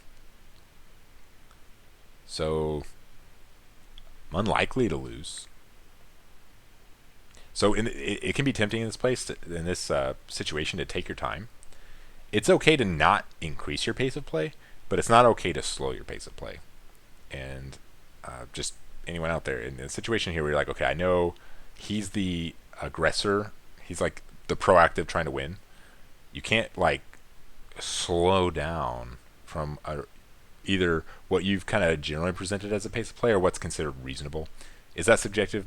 At least a little bit, but it's enough to understand what it means, and it's up to the judges and context. Force pitching Force, I think, was okay because I knew I had Ponder in my hand. I need to find lands, and I need to find more interaction. So we're making sure the life totals were correct. I haven't actually fetched anything yet, and Force of Will should put me at 19, and he fetched one, so he's at 19. So everything's good. Here comes a Sylvan Library. I don't know if I do, but I should let this resolve because I saw a Narset. So when Narset can come down, find another card, make that Sylvan Library useless. I love Narset. Totally worth playing this card in my Miracles deck. But Narset is one of the reasons I moved away from Monastery Mentor, which is totally a strong card. Monastery Mentor was hypothetically one of the cards that can help you win fast. So I don't play. That's a different kind of version of Miracles. Narset can't find it, and playing 2 in my deck, I have like a certain way I'm building it. So I like it can find Entreat, it can find Court of Grace, and it can find Elspeth. Elspeth also kind of just took the role of Gideon, ally of Zendikar. And that can also win fast. It can win much faster than Narset. I just liked how Narset matched up against other decks in terms of grinding me out longer.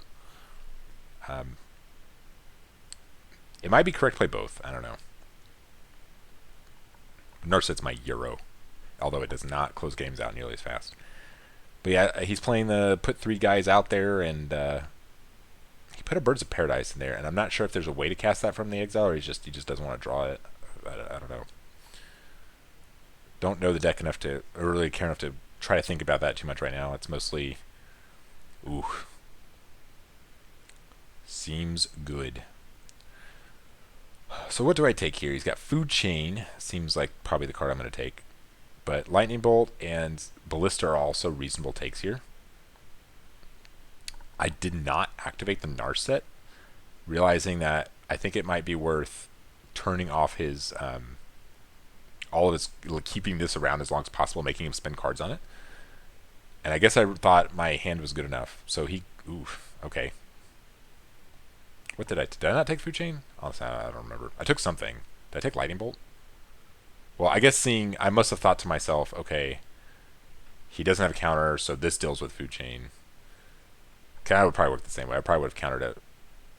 Okay, no, if I took Lightning Bolt, I think it makes sense. So now I can feel comfortable down-ticking the Narset. Well, I find Entreat, and I don't see a turn die. I don't know if it's on the camera. Okay, maybe I guess I didn't take Entreat. I don't know. I don't know how I feel about that. My hand and my game is developing well. Maybe I don't have a way to put it back on top of my library. But there's only 1 Entreat in the deck, and I need to find a way to win the game. Even if I cast it from my hand for 1 or 2, that will significantly increase my clock. He's missing his land drops. I like that. And Narset's turning out his cantrips to find them. So generally speaking, I feel like I'm in favor to win this game. But if I remember right, the clock was a huge issue here. Vendilion Clique's a good start. It's an attacker. I don't know if it's enough.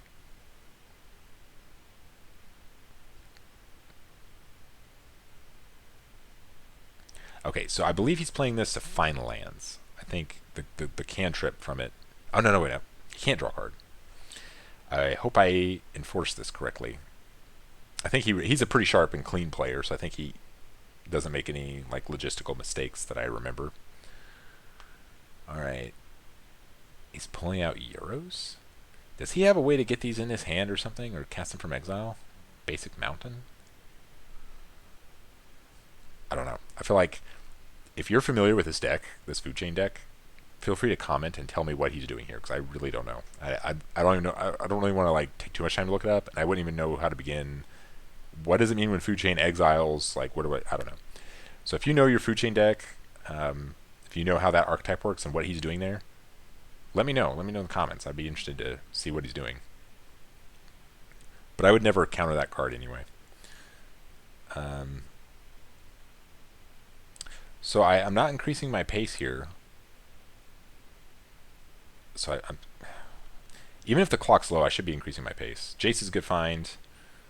Don't know exactly what my overall plan is. Like see, this Jace here could put Entreat on top, and even if we were in turns, as long as we weren't on like turn 3, this would be a very fast path to victory. I'm putting Terminus on. I guess I'm putting Insurance. I don't know. Well, I know I'm probably looking for Entreat now. I should have taken that Entreat. I took a second Narset. I don't know what I was thinking. I must have had some reason in my mind at the time. We're clearly not on turns because we're way past we're way past 5 turns of the game. A second, is that a second? Yeah, shuffle here. I don't know if that was a second Vendilion Click, but it is a legendary, so can't have 2 of those. It'd be just a 3-mana flash Thoughtseize, not very good. And I'm tapped out. Find a Jace. So I've got a Jace, Swords, and some other cards. Probably a second Narset still, if I didn't shuffle it away. So I'm not so worried. It looks like his pace of play is starting to slow, but I don't think it's out of malicious intent. It looks like he just, if you look at his hand there, it's kind of like, what do I do here? Do I just try to survive myself? I think he's starting to realize that I'm probably going to win this game, so now he's just playing to not lose. But, well, I don't think he's doing it. If turns were called, yeah, I think up right here is the turn die.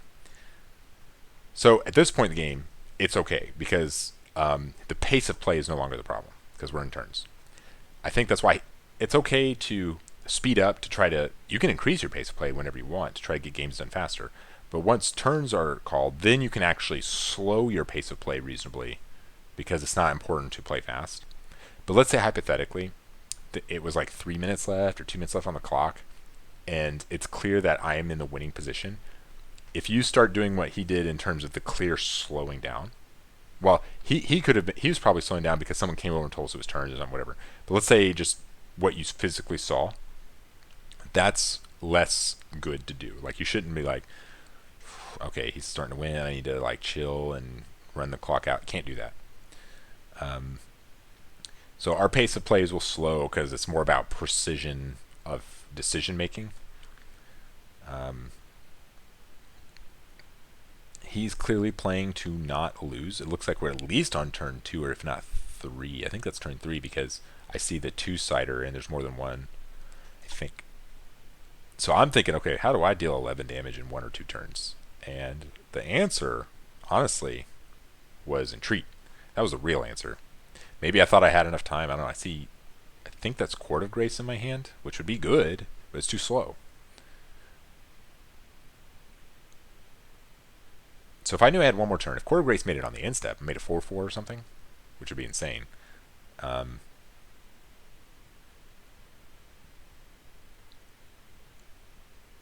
So I announced my Narset.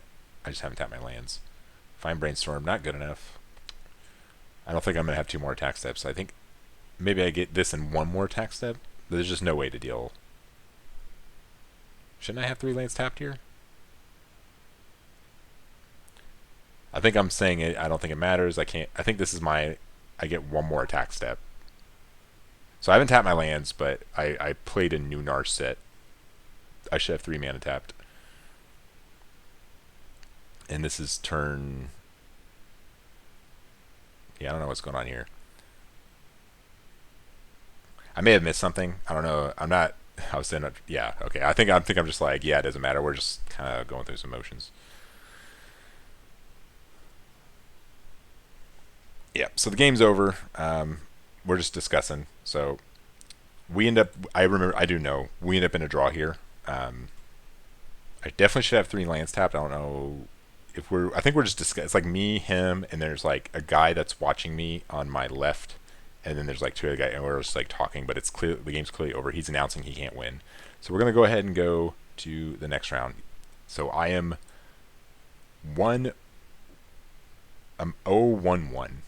No, I'm 1-0-1. I'm sorry. So I don't have a loss yet. We drew. So that was round 2. This is round 3. Resolving mulligans.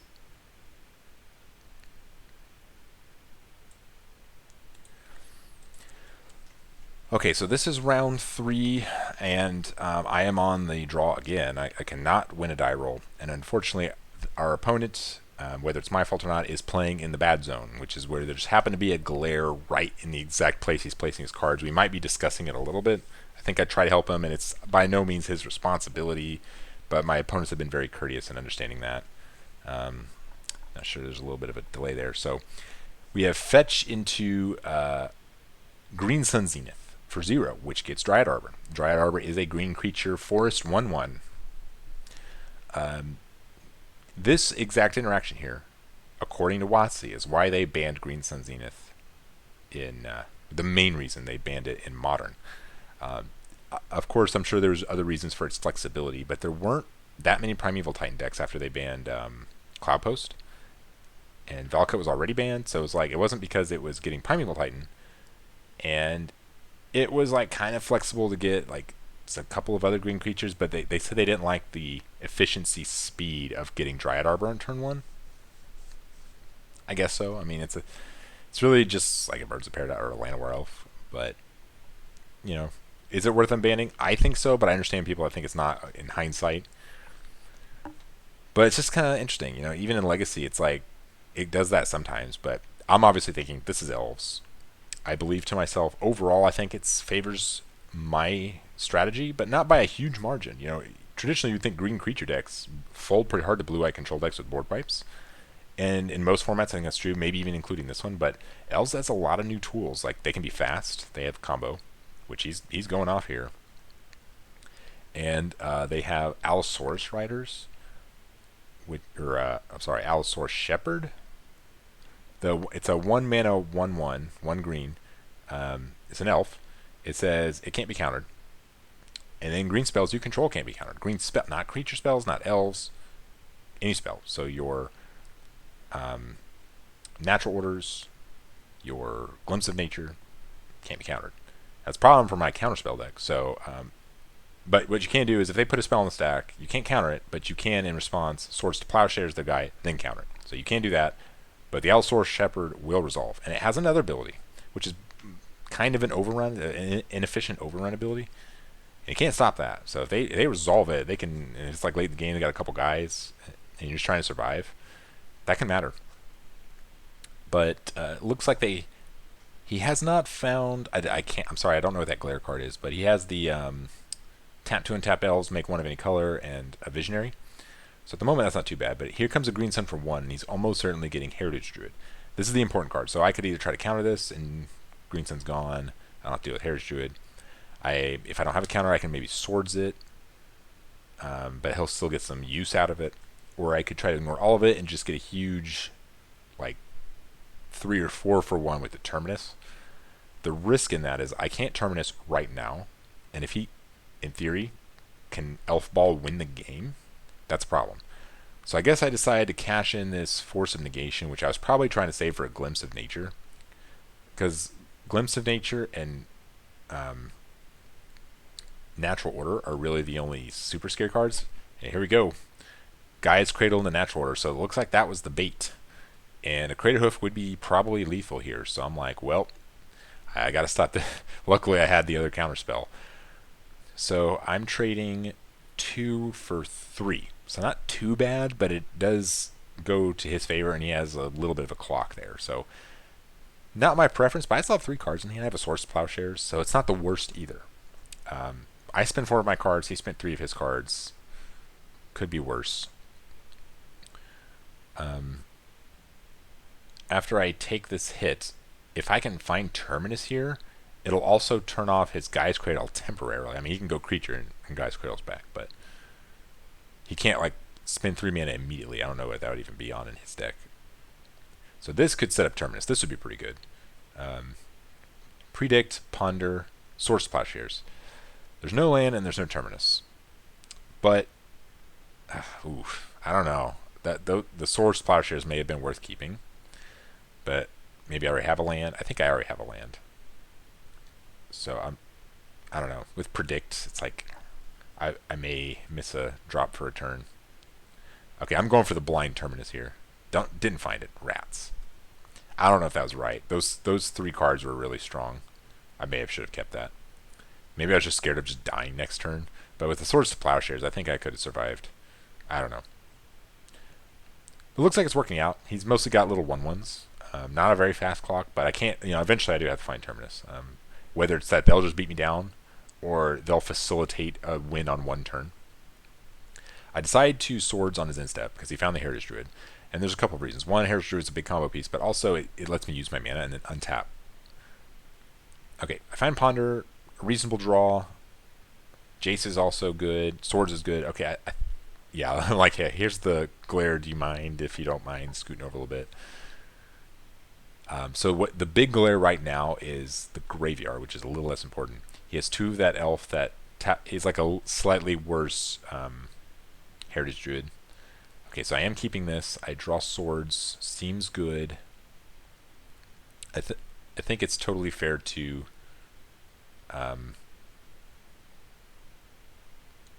what was that? Oh, he's fetching for Dryad. Yeah, more pressure. So it's definitely worth waiting to Sword. So if he plays Symbiote, I can take out. I can either take Symbiote out or take out the in response his Visionary, so he doesn't have a card draw engine. But it's definitely worth to try to hold on to it for an important card, maybe even like an Alsor Shepherd, so I can. I'm like, hey, do you mind if I touch your cards? Yeah. So he's only got 1 card in his hand, so I'm feeling okay. He does have 4 attack powers. That's gonna kill me in a couple turns if I just like keep letting it hit me. So I do need to find Terminus eventually. Terminus is the card. Like that's the best card in this matchup. Oh jeez, Glare Spot. What is that? Okay, all right. So it's like a 6 mana lifelinker. I think it can't be countered. Or is it Dramoka? I don't know. I think it's a 6 drop. I think it's the one from. I don't know if it's Jumpstart or Conspiracy. But I decide I don't like it. So I'm going to Source Plowshares. I think I have one in my hand, but I have the mana for the Snapcaster. And I may not always have that, so I decide to do it now. And I think I also block. I'm like, I just want to take out some of his cards. So he hits me for 3. I take out a Visionary, which is good, because the other card is a duplicate. His mana seems fine, so obviously that's not a problem. This is a good sequence of draws, but Jace has to Brainstorm here. I can't risk him dying or me dying. Player removal. So it looks like I find a good sequence of cards. I find Swords, a fetch land to get rid of whatever other bad cards if I have them. Elvish Visionary is a pretty good draw for him. And he just attacks now. Interesting. And I think he's attacking Jace. Take out an elf. I don't know. Maybe it was more correct to take out Dryad here. I'm not certain. I think I had a reason in my mind for taking an elf out. But it probably wasn't a good enough reason. I think I should have taken the Dryad Arbor out in hindsight. I don't know if it's a big enough decision point to matter in this game. But I'm doing okay. He's got 1 card. Luckily, it's not natural order. That is a Quirion Ranger. Okay, so Quirion Ranger's not too good here. It's like whatever. Jace finding good cards is nice. Oh, there's Terminus. Okay, so Terminus is good here because of Geier Reach Sanitarium. I have a Back to Basics in my hand, which is not very good here. It's not great, I should say.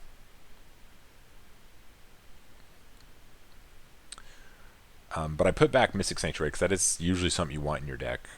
And it comes in tapped here, which is a little awkward. And it would have no utility, so we don't want that. So there's why I would Symbiote. That's a little bit of a problem.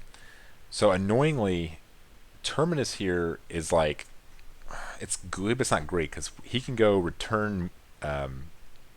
He can return like 2 cards and protect them. So Terminus isn't going to be completely hosing him.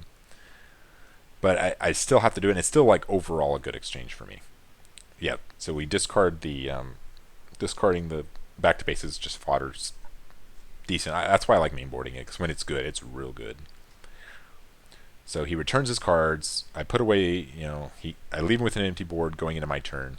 He might be able to play 1 or 2 cards here actually in his second main phase. Yeah, he hasn't played his land. Decent rebuild, not gonna lie. Jace is at 1, so I've only got what, one card in my hand, maybe 2. So Jace will find another one. So it's by no means that I'm gonna win this game. The Deprive is actually pretty good. Oh, and if I so these combination of cards can get me in a winning position if I sequence it right. So I need to set up Terminus, get my third island in play, and I can deprive him out of the game as long as he doesn't have an Allosaurus Shepherd. But protecting this Jace at all costs, because 9 life is cushion enough as long as I don't give him enough battlefield. That's not a card I want to see. I don't want to see cantrip creatures. That's the worst case scenario. I'm really glad I didn't play that back to basics, because he has a... Not only does he have 2 basic lands... Okay, so I decided I want to keep card parity, so I do not use Geier Reach. And here he can't protect anything, so I feel really good with this Terminus. So the way it works is you draw 3 cards first when you reveal, you draw the other 2, you put your 2 back, then you resolve the miracle. That's how that works. Spell Pierce, not so good here, but it is going to pretty much stop anything that he plays that's not a creature in this exact moment of the game. So I keep it in... Okay, now I've pretty much got everything I need. I've got a fetch land for the Mystic Sanctuary. Jace can just kind of keep getting me ahead on cards until I find some other way to win the game. The Collector Oof does nothing. It's just a bear. We've got another bear. So attackers are good, but I feel fine. I just do it now. I was like, nope, I'm running out of cards. What I really need to find here is If I find Narset, the game's over, because I can Geier Reach him out of the game. I really like that interaction.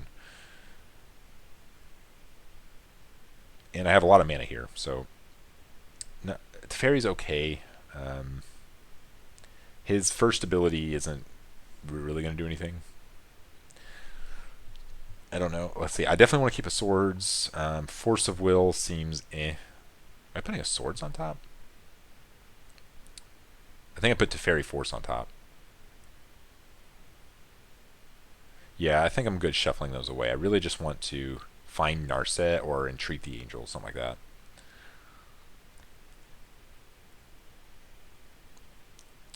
Nettle Sentinel, sure.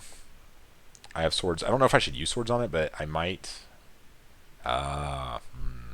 We're at that point of the game. This is also fine. So he scoops. So this basically wins the game. So he's top decking. I'm likely to find another Terminus eventually. I can also choose to... so what I mentioned at the beginning of this video, the whole video, is this is my counterspell / cryptic command loop. I cast Deprive, I return Mystic Sanctuary to my hand, I untap, I put Mystic Sanctuary to play, put Deprive on top, Jace Brainstorm it into my hand. I'm still drawing an extra card turn with my draw step. He sees that writing. He knows it's going to take a while for me to actually kill him. So totally reasonable. Terminus was probably the MVP there because that's what kept me alive. But I like the way I won. You know, he just saw the lock, the soft lock, but eventually I can turn it into a hard lock. So very reasonable for my opponent to concede to that for time reasons. So let's fast forward to game 2, get through these sideboard games. Oh. So our opponent is on the play. Looks like they have a 7-card hand. Hand looks good to me. I'm not sure what I am doing. And second verse, same as the first. So here in game 2, I'm okay if things progress at the same pace because I have mostly better cards. Although the only thing I'm really taking out of my deck, for sure, is back to basics. The interesting thing, though, is... double Terminus. As long as I have planes in my hand, I like this. The problem is I'm most likely... If I have basic planes in my hand, I really like this. If I have fetch planes, I'm definitely going to keep some combination of it, but I'm unlikely to be able to keep both. Yeah, so here's... I drew a little fast because I said go. I'm like, I'm going to draw on your upkeep. He's like, yeah, it's fine. So we're shortcutting. But for camera's sake, I'm like, ugh. So I drew my card already. I'm like, yeah, I already drew it. So here, Finhorn Elves. Ooh, play that in Commander. So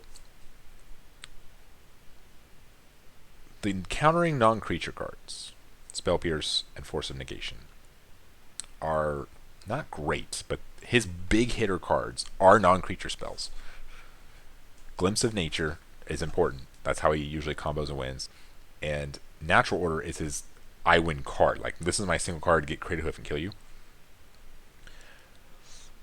But Spell Pierce, I'm not a big fan of. So I'm almost certain I cut that. Force Negation is maybe. I'm not certain. I don't think I want to bring in Flusterstorm. So I think I just want to cut that effect. I think important cards to bring in are... what's that creature? Containment Priest. It stops Natural Order. It stops Green Sun Zenith. So Containment Priest, absolutely. Other than that, I'm not certain if I want my other anti-creature cards, because even though it's a creature deck, it's not like a fair deck. So Elspeth might just be too slow, even though it would have been good in those like weird grindy like scenarios we saw in game 1. I don't know if it's worth taking out cards in my deck that can stop him from doing his fast kills. I just need to, because clearly, as you saw, if I can just stop the fast kills, Terminus will take care of the little 1/1s, and then I just win. So unfortunately, I have to shuffle away the second Terminus.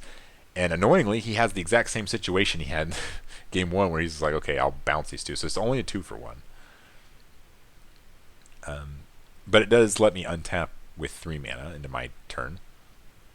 But I have to be careful. Like, I'm by no means just winning off this Terminus. If he would have had one of those other turns where he has like Heritage Druid dump my hand, and he can't save any of them, that Terminus would have effectively been the win.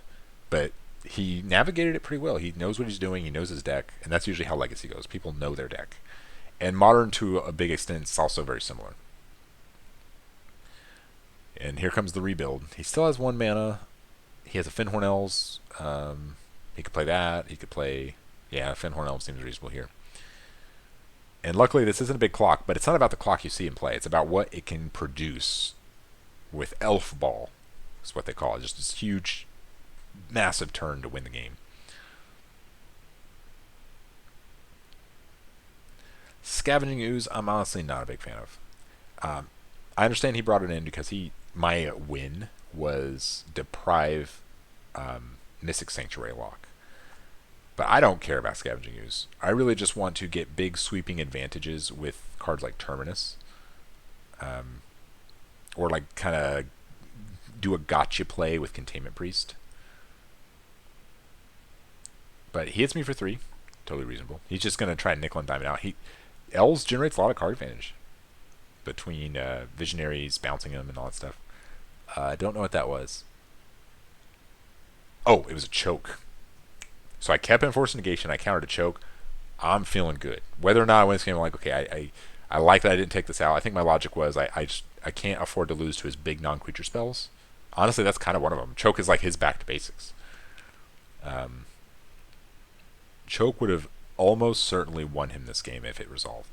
So not only do I feel good I kept Force Negation in my hand, I'm really glad or in my deck, I'm glad I happened to have it at the time I had it. Whew.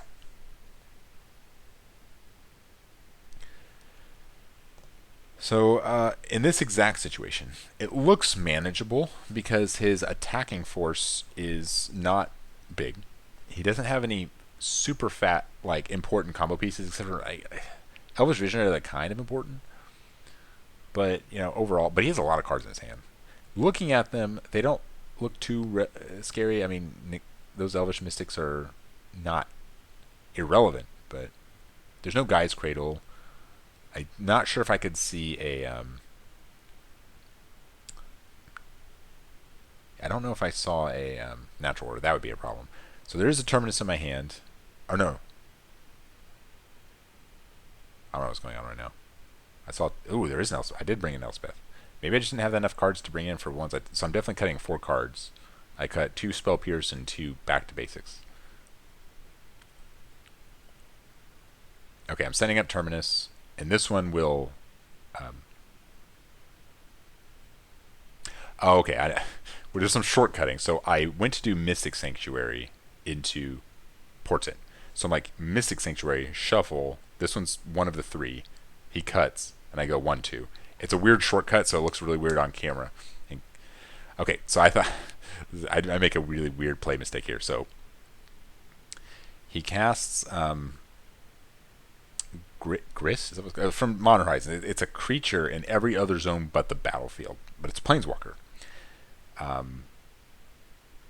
And I'm like, okay, it's fine. We both make a play mistake here. So when he reveals Wirewood Symbiote, which is an insect, and what's supposed to happen is he's just supposed to do the first ability again, but he just puts 2 insects into play, and he does it so fast, and I haven't played against this card much. I'm like, okay, and we move past a certain point in the game, but I remember that. I'm like, wait, or maybe I read his card or something. I hard cast a Terminus here, and I do it so fast. In my mind, I'm thinking, oh, it's a creature. I'm like, oh, it's not a creature on the battlefield. Now, for some reason, I quickly think to myself, oh, it'll go away too. It doesn't. So that was probably wrong. I don't have, those insects don't really mean much. But what he was supposed to do, he milled it, and he was supposed to mill again and make another insect. But he could have potentially kept going. It ended up being relatively inconsequential. But when I looked at it to see that it was a creature, I think that's when I remember. Oh, he's supposed to gain another loyalty. But we realized it was too late by the time we moved past it. Yeah, that's what we're reading. I'm like, I think you're supposed to do that. A quick fix, I'm not sure if he shuffled. In theory, we could have just increased his loyalty counter, and he can mill a card. I think that could potentially fix it, but he drew a card. So I'm like, I don't know if we can go back. We could call a judge here.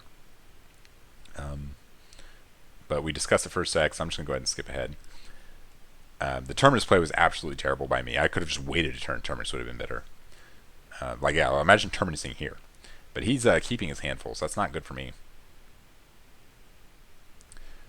But overall, it's not too scary as long as I'm not like almost dead to his board, and I keep hitting my land drops and having cards in my hand. I'm doing okay. I have another Terminus in my hand. I cast Elspeth. Why am I casting it like that? It's like, hey, do you want to read this? Okay, because no one plays with this card but me. So in this exact board state, Elspeth is good. But, so maybe it's correct to me. I don't know. But, he, in theory, can still like have a huge game-winning or putting farm ahead spell that Elspeth is not good against. But as long as I have like cards in my hand, a little bit of mana, which it looks like I do, I'm okay. I'm probably almost certainly just going to throw these away to chump block. But keeping Elspeth alive is not a high priority. Escape's pretty strong. I don't need to cushion my left total too much, but I could go like gain 5, play it back, make 2 more guys. But I don't know, even if I do that, I don't think it's correct. The only cards I care about here, to be honest, I care about, I guess Wirewood Symbiote's kind of annoying, but Alsor Shepherd can represent a faster clock. Natural Order can just win the game. And Glimpse of Nature can either win the game with the right combination of card draw or put him really far ahead. So those are the cards I care about the most. 2 of the 3 of those are non-creature spells. So my only interaction with them are counter spells. I don't have any white mana untapped, so Source Plowshares off the table. I can't stop Alsor Shepherd. If he goes like Cradle Shepherd, what just happened? Oh, I think he. I'm sorry. I think I need to rewind this. I didn't see what he did. Did he have Natural Order? I think that's Natural Order right there. Yeah. So I think he cast it. See, 4 mana's tapped. So I was talking too much. So right here, he cast Natural Order. I must not have a counterspell, and I'm just counting like I think I'm just dead. So it's 1, 2, 3, 4. So it's 4, 8, 12, 16, 21. That's already. It's like 21, 22, 23, 24, 25. It's like 25 damage. Trample, and I have 2 blockers. So I'm like, yeah, you got it. Okay. So let's skip ahead to game 3. So that's what I was saying there. Is like all those things that just don't matter. Those are the cards that matter. He had it. I didn't have the counterspell. Worst case scenarios, had I had Force Will in my hand with no other blue card, casting that Elspeth was absolutely wrong, but I don't think I did. All right, so starting, just trying to get through these a little faster. Starting on game 3, first 2 turns we've got just some land go action, which is good for me. He didn't have any 1-drops. That's exactly what I want. I didn't have any 1-drops either. But a turn 2 ponder finds a Terminus, seems reasonable. Finds some lands too, so I can stack a land on top, draw the land, untap into Terminus, and hope he plays a couple creatures, preferably none of the bounce to your hand guys. But our opponent has been navigating his deck very well. Won game 2, and it was by no means obvious that that game was unwinnable for me. I think had I not made that really bad 6-mana Terminus play on that turn, if I would have done it even just the next turn, let alone wait a couple turns, that actually might have eventually won me the game because he stacked a bunch of creatures there. Okay, so a turn 3. He has not played his land, so I have to worry about Gaia's Cradle. Glimpse of Nature is a little scary, but I know I have Terminus here, so as long as I don't just die this turn, which is by no means impossible, I think I'm okay letting it resolve. It's also very likely... Okay, no Cradle makes me feel better. Okay, a Shepherd. No Cradle. I feel okay here. I'm okay with him drawing a couple cards because I know I have this Terminus. But it's still not ideal because Terminusing away 4 or 5 creatures, as good as it is, if you still have 7 cards in your hand, I mean, we're only like halfway there, you know? I dealt with the board, but I got to deal with cards in your hand. The cards in his hand aren't as big a deal. If I go Jace, pass, and I get to untap with Jace, I'll feel much better about the game. As long as he doesn't resolve Choke. Resolving Choke is a big problem. So I hope Jace finds like a counterspell. I'm a little nervous about Choke, so I hope I have counterspell. Maybe I thought about that. Maybe I'm like, well, I have counterspell, but I want to save this for a different card because it doesn't look like the odds of him killing me this turn look pretty low, and I have Terminus. He finds Natural Order, so he could set up a win next turn.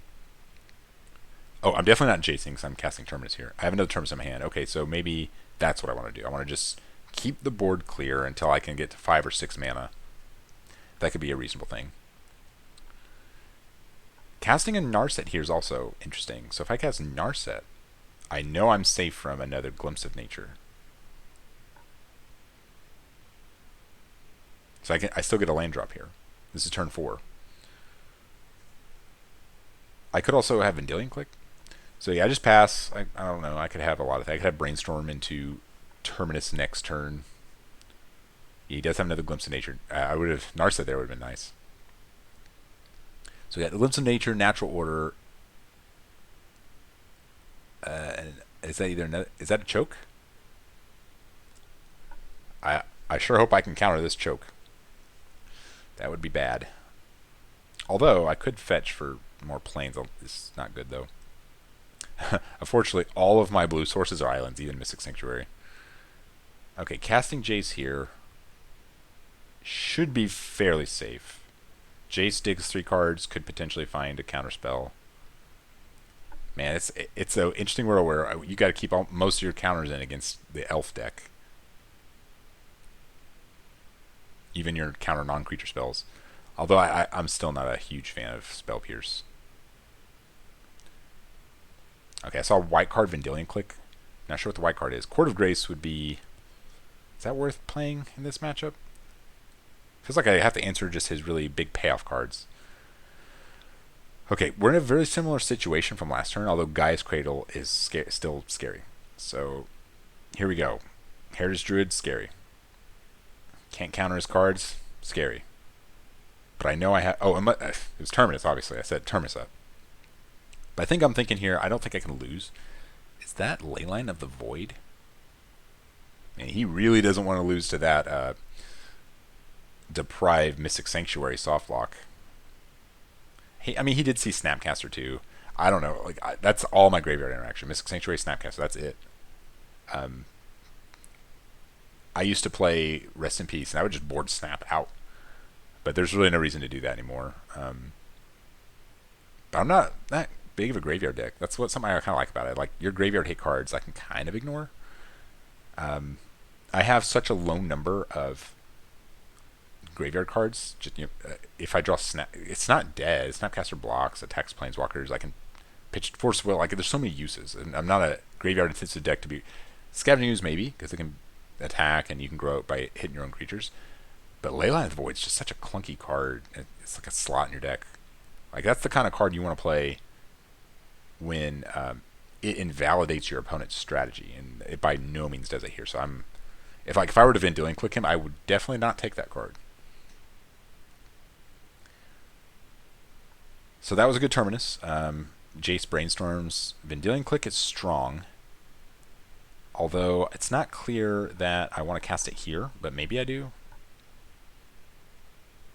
There are some rare occasions where you Vendilion click yourself to draw on their turn. It can trigger Terminus. It's like, it's okay. I've never actually done it in this specific deck. I think I might have done it once in Modern. So it looks like, yeah, I'm setting up my lands here. So I have 2 extra mana. Yeah, that's fair. Vendilion click on your draw step. Alright. Oh no. I think that's a natural order in the glare. And a choke. Symbiote, Riders, and Elvish Visionary. Okay, so the 2 card, the card on the farthest, Glare, Leyline of the Void, don't care about that. I'll probably look at my hand, okay, what answers line up with what he has. And Symbiote suggests I don't have creature removal, which means Allosaur Shepherd could still be a problem. Or maybe I'm wanting him to play it out so I can plow it and counter the choke. Because if I don't have... Interesting. Maybe that's not Shepherd, but if that was Allosaur Shepherd, he definitely should have played Shepherd into choke. I think... Okay, so that might have been a mistake. So I think by taking Symbiote, I'm conceding I don't have a removal spell. So maybe it was just a mistake. I probably should have taken the Shepherd if I don't have a removal spell. But maybe I do, and I'm baiting him. I don't know. There's Containment Priest. I like that. That deals with natural order. Feeling good about the game. I've got a clock on him. Elves does not block flyers. Allosaur Shepherd's a long way from killing me in terms of its ability. Turning off my counterspell is not irrelevant. He could try to find something like... Craterhoof could just hit me hard, but he just cast Leyline. I'm like, alright. Mostly irrelevant. What's interesting here is it doesn't take away the cards right in the graveyard, so I can still Mystic Sanctuary Terminus one more time. I find Force of Negation, Brainstorm. Oh, okay, I think I'm pretty set. I can Force of Negation looks bad on this exact board, but as long as I have at least one source to Plowshares, or I hit a Terminus, which I don't think I want a Terminus here because I have an attacker. So it's pretty much swords or bust, I think. But that Force of Negation... I'm really wondering why he didn't play Allosaur Shepherd before he played his choke. He had the mana for it. It's easy to just say it's misplay, but it could be a super next level, like, okay, he took the Symbiote, so he wants to make me think he doesn't have a removal spell, and he could... But why wouldn't I just do it now? Maybe he's trying to keep it in play as long as possible. I don't know what we're discussing here.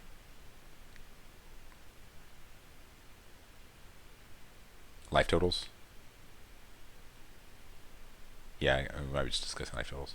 So Snapcaster Mage is a little awkward. Do I shuffle this? So Snapcaster's good for what's already... What am I going to flash back? So that Ponder needs to be exiled, but there is a Ponder that was already there. Yep. So I do have swords, so that's the good news. I've probably had it for a while and forgot, but I was just to make sure. As long as I have swords, my counterspells are live.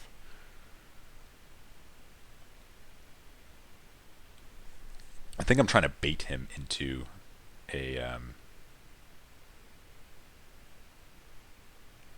trying to bait him into playing that natural order, so I can use this gotcha, get a gotcha, because that'd be effectively a 2-for-1, right? So he casts natural order, he sacrifices a guy, Containment Priest comes down, and he's going to fail to find his in my mind here.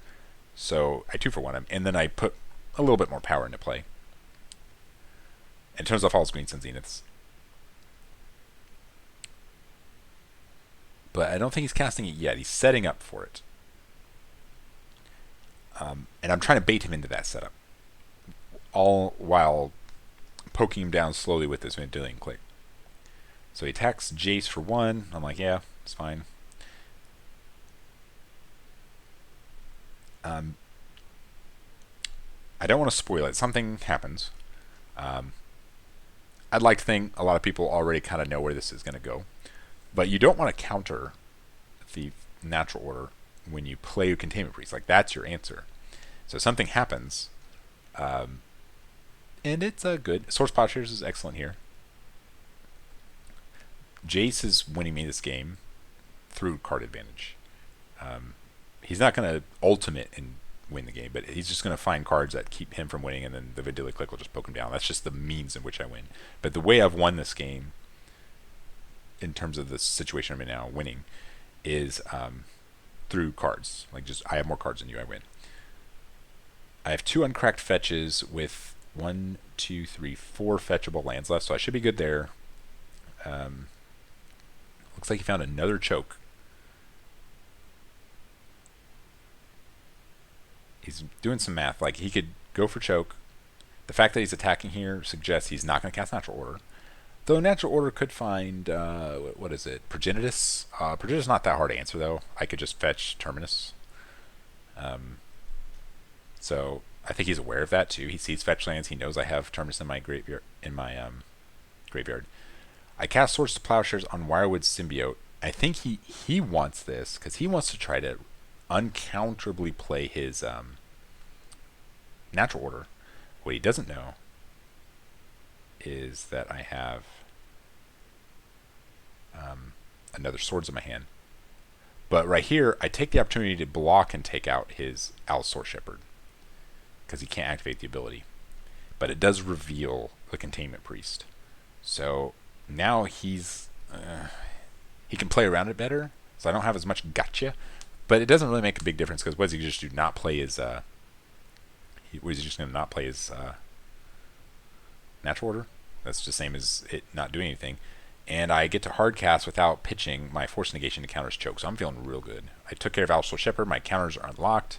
I think I still have an extra Swords to Plowshares in my hand for any like contingencies. And if I didn't, I do now. Okay, I didn't. I think I knew that was there, though. I have 4 attacking power. He is probably going to try to double block, and I can just blow him out here with the swords. Ugh. So he gains 1, takes 3. I have Force of Will in my hand. I get to Brainstorm with Jace. Feeling pretty good. I like getting rid of the Brainstorm. Yeah, I think I already have a Brainstorm in my hand. So I have a lot of options. I can, like, if I need a Force of Will, I can Mystic Sanctuary of Force of Will. I feel like I've got his Natural Order answered with my Containment Priest. I've got a Clock. Jace is giving me cards. So overall, I'm feeling pretty good. Jace could die here. I'd probably let it happen, because I think I have another Jace in my hand. And also, I'm at the point where maybe Jace is less important. It's about staying alive long enough for this Vendilion Clique to go the distance. So here comes an attack. It should be at Jace. I'm like, yes, that happens. Jace has done his job.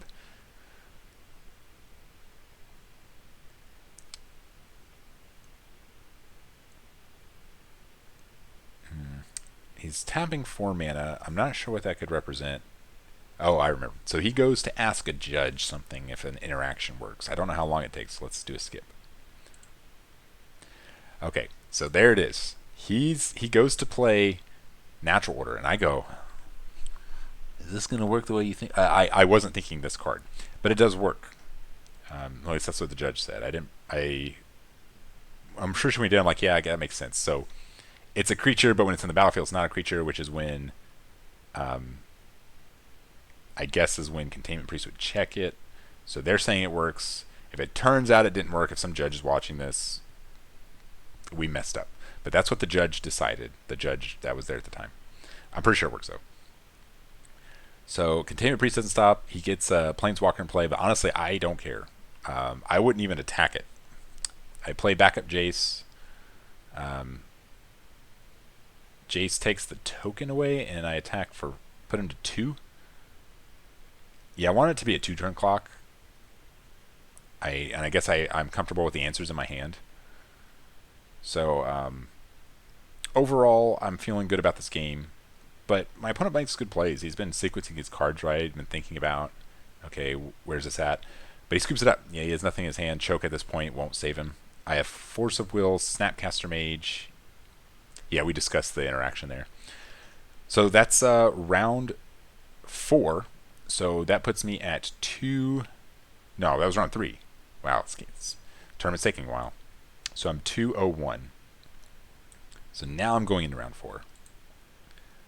If I win this, I should be able to draw in, because there's only, I think there's 5 rounds, and a 3-0-2 would have the same amount of points, I believe,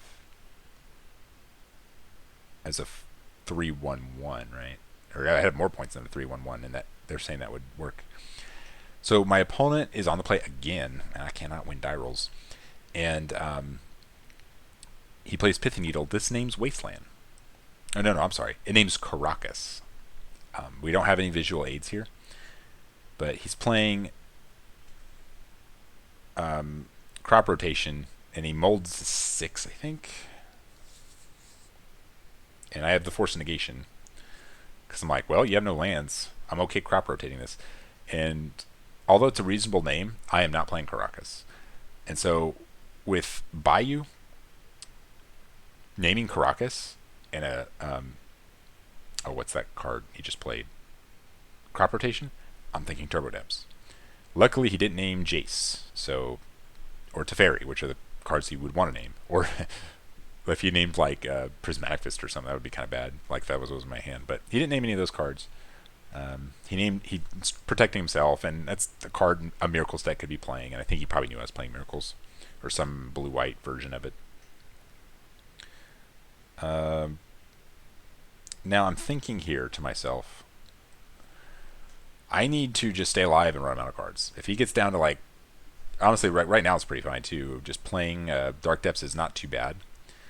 But worst case scenario for me is, let's say I have nothing in my hand, and he goes Urborg into. Okay, if his last 2 cards are Urborg and Vampire Hexmage, I could still in theory lose this game.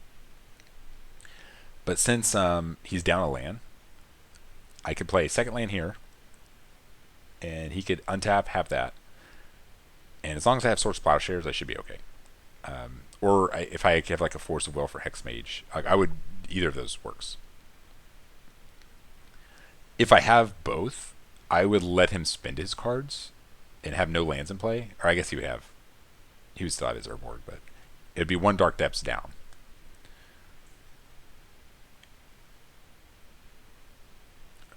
Guess I'm shuffling this Ponder. Not sure what I'm looking for. I think I have a white source, so I'm probably looking for swords or something. Playing a little slow. So I can go back 10 or forward 30. I wish I could just go forward 10. So I draw off the Ponder. I find Island. I play Island. Yep, I'm okay playing Island here because I could have Spell Pierce, and he can't attack and kill me this turn, so I don't need to be able to Swords it this turn. He's going to try to instep. So it looks like, I don't think that's Urborg. I think that's a Thespian Stage, which means I should have another, like if his last cards were Spirit Guide. Okay, good job. There's Force of Will, so I've got Hexmage covered, I've got Crop Rotation covered. There's my white source. I see a white card, but it looked like an old frame. Oh, I'm playing Back to Basics. Is that even good here? I don't know. No, I don't think Back to Basics is good here. I'm not sure what I'm thinking.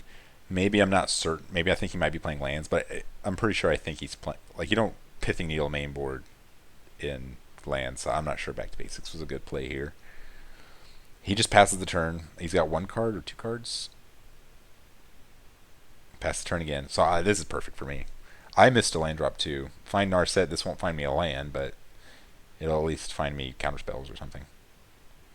Spell Pierce is good. Yeah. It's not the best, but I mean, it does something. No land, huh? So we're both missing land drops. He finds a land, that's good, but he's still one away from the... I think those are Thespian stage. Source Plowshares is an excellent find here. The Narset just sitting in play isn't super meaningful.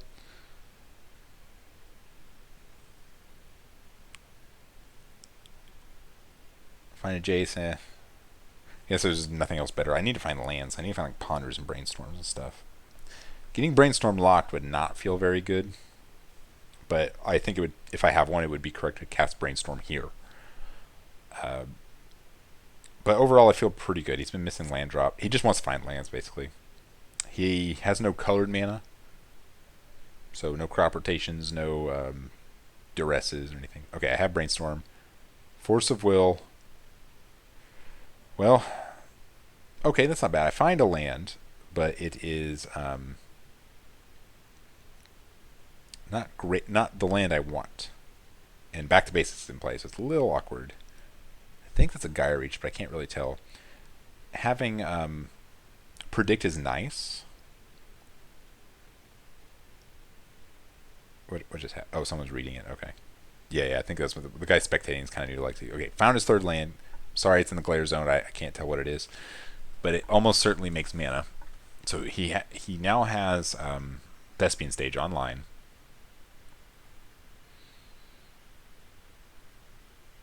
Instep, predict. Hopefully I remember my card. Sometimes it's awkward, but sometimes I do that. Terminus is too slow. I don't have a way to draw on his turn. I find Ponder and Mystic Sanctuary. Both are... Ponder's okay, but Mystic's kind of bad here. Comes in tapped. Yeah, but the back to basics play. I'm not sure what I was thinking in my mind, but it's definitely wrong, because now I have to do this. I can't tap out here. Yeah, Ponder. I do like playing Ponder here.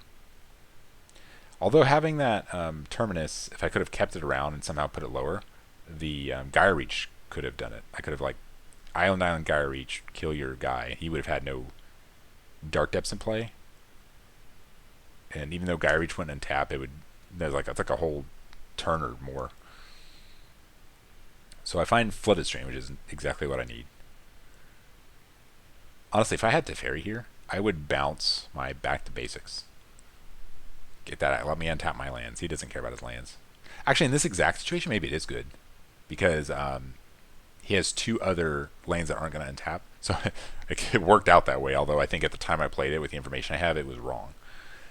So here comes a boy. I'm just going to plow it now while he can't do anything. And they could actually have the 7 mana Not of This World, I think it's called. I think that's what it's called. So it's just, if you have a big creature in play, it's 0 mana, counter, I think it targets. But I can Spell Pierce it back, or I can Force of Will it back. Finds Basic Force, that's one of his better draws.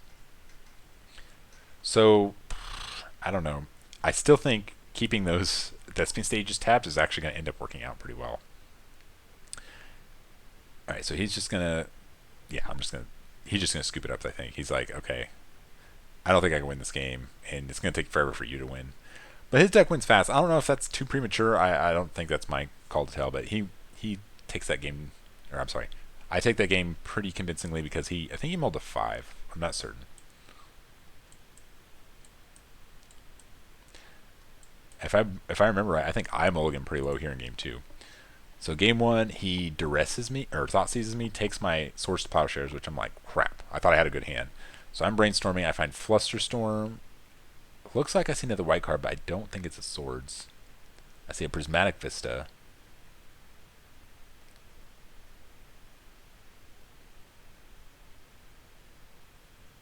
Yeah, I'm not sure what those other cards are. But I don't want this to take too long, so I'll skip here. Now he duresses me on turn 2. I have Terminus, 3, 4 lands. Ugh. So I have 4 lands, Terminus, and Flusterstorm. So, yeah, taking Flusterstorm here looks pretty good. Awkward draw. I wonder what I left on top. Force of Will. Yeah, not so good. Not so good. Can't even use it. But I have it, I think, at least one more draw step to not die. Maybe 2 more draw steps, because with just... Okay, no, so he could go get Dark Depth. No, yeah, I think I could have just one more draw step here. So he could get Dark Depths or... I think that's a Urborg. And then Hex Mage. And then I'm on a clock, and I can't counter it. And I have just lands and Force of Will.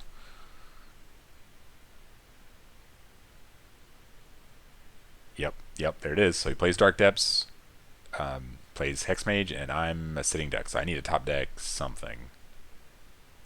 And he still has some cards in his hand, so he could have protection. So what could I have here? I could have... so pond, like any cantrip into swords is good. Is that my only out? What sideboard cards did I bring in? But on Flusterstorm, I kept all my counters in. I think I take out back to basics as I should. I think I bring in surgical extraction, which is not good in this exact situation. I guess that's about it. Containment Priest. No, it doesn't stop tokens. I draw Brainstorm, which is good. I think it's okay to wait on the Brainstorm, because if he waits, which he doesn't, this is the correct play, but if he does wait, I can set Terminus up, and Terminus deals with it, right? He would just let the Hex Mage die, because if you make the token, then you lose more. So now I need to find... Basically, swords is my only out here, I think. So do I fetch prior to casting Brainstorm? I don't think I know any cards off the top of my library, so there's one surgical, nope, two ponder, and no swords. So my opponent will untap and attack for 20, and I should have no outs here. Pretty sure I lose right here. Yep, so I lose that game. Double discard spell takes my source Plowshares. Good enough. Keeps my Force Will from working. So Force could have countered the Hex Mage. So good job by my opponent. Did I see back to basics there? I think I finally take it out. Unfortunately, I think I mulligan to 5 this game. So I just go land go. He goes land duress go. I draw pass. So I have 2 lands in play and 3 cards in my hand. One's a Teferi, which does not do very much. He played Hex Mage with Lotus Petal Swamp, and he has Dark Depth, so I might just die again. I've got 2 unknown cards, and if one of those isn't swords, turns out it's an important card. Yeah, he gains 20 life, but I stay alive, and I can win with Jace or something, or make a really big Entreat the Angels. So he passes the turn, and I absolutely need to find source Plowshares. I'm hoping one of these aren't Brainstorm, because if they are, I messed up. I should just fetch Island first. Okay, it's not.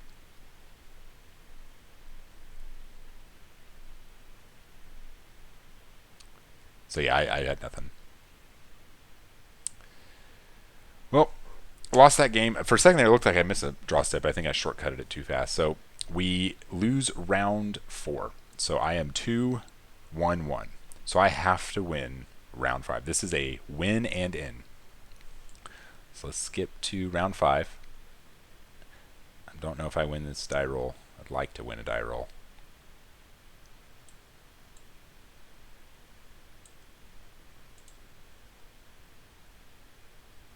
My opponent mulligans. I'm okay with that.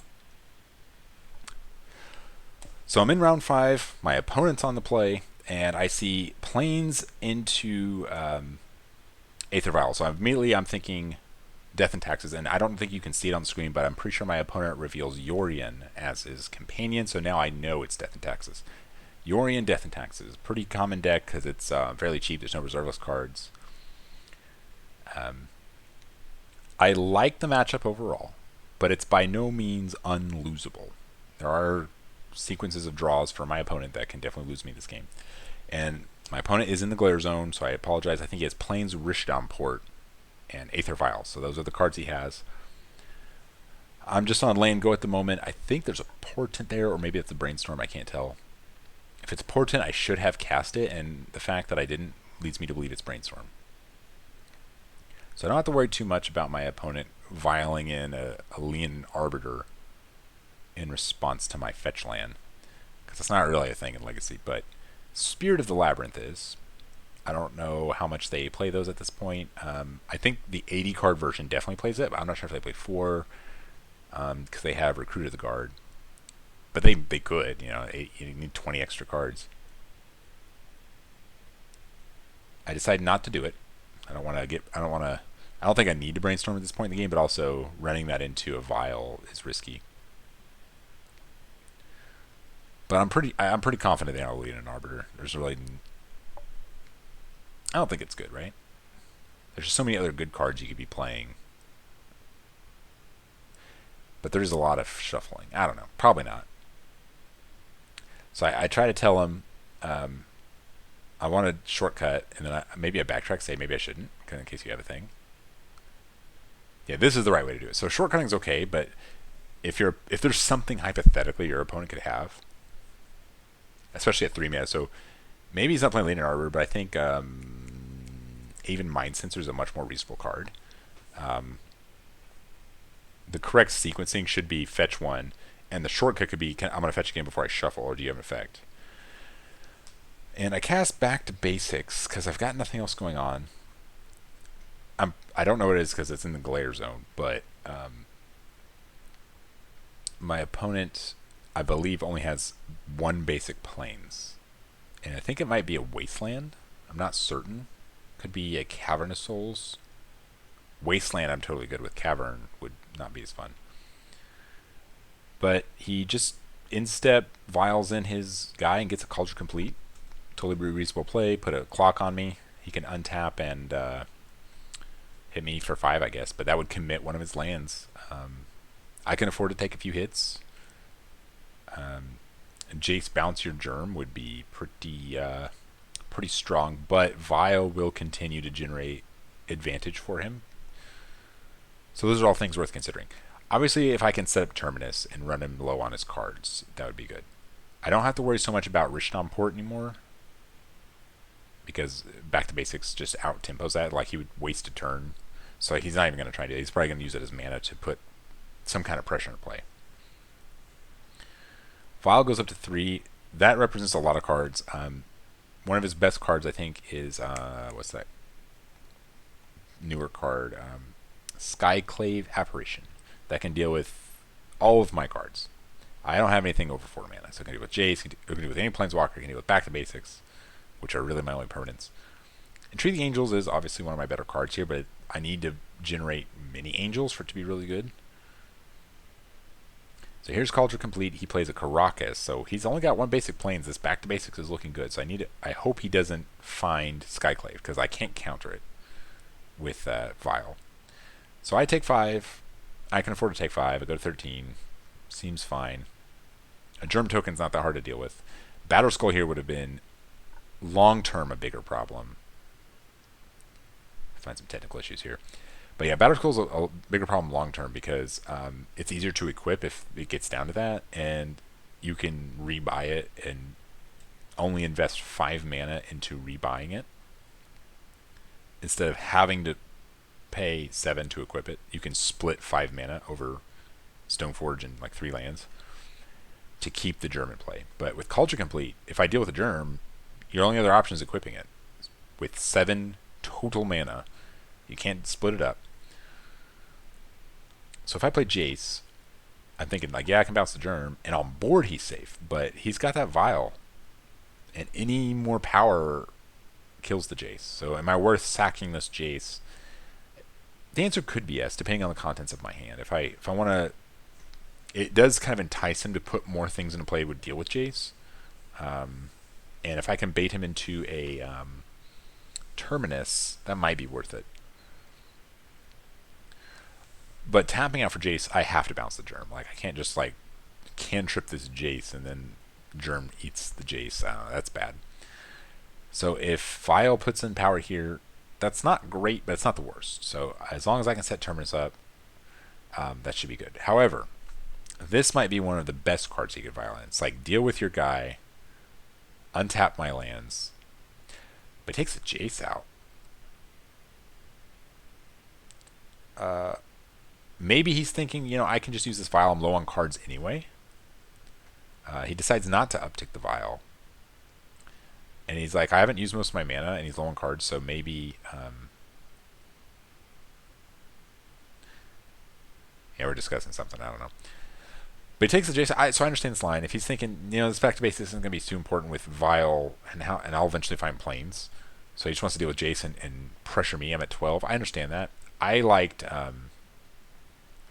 dealing with back to basics and attacking Jace, because then you're guaranteed to deal with both. But that could, you know, be problems later. So here we have I think it's called Young Prince, so it's modal. He could scry, he can do some things. He decides to blink it. That's fair. So I get a 4/4 here. He committed his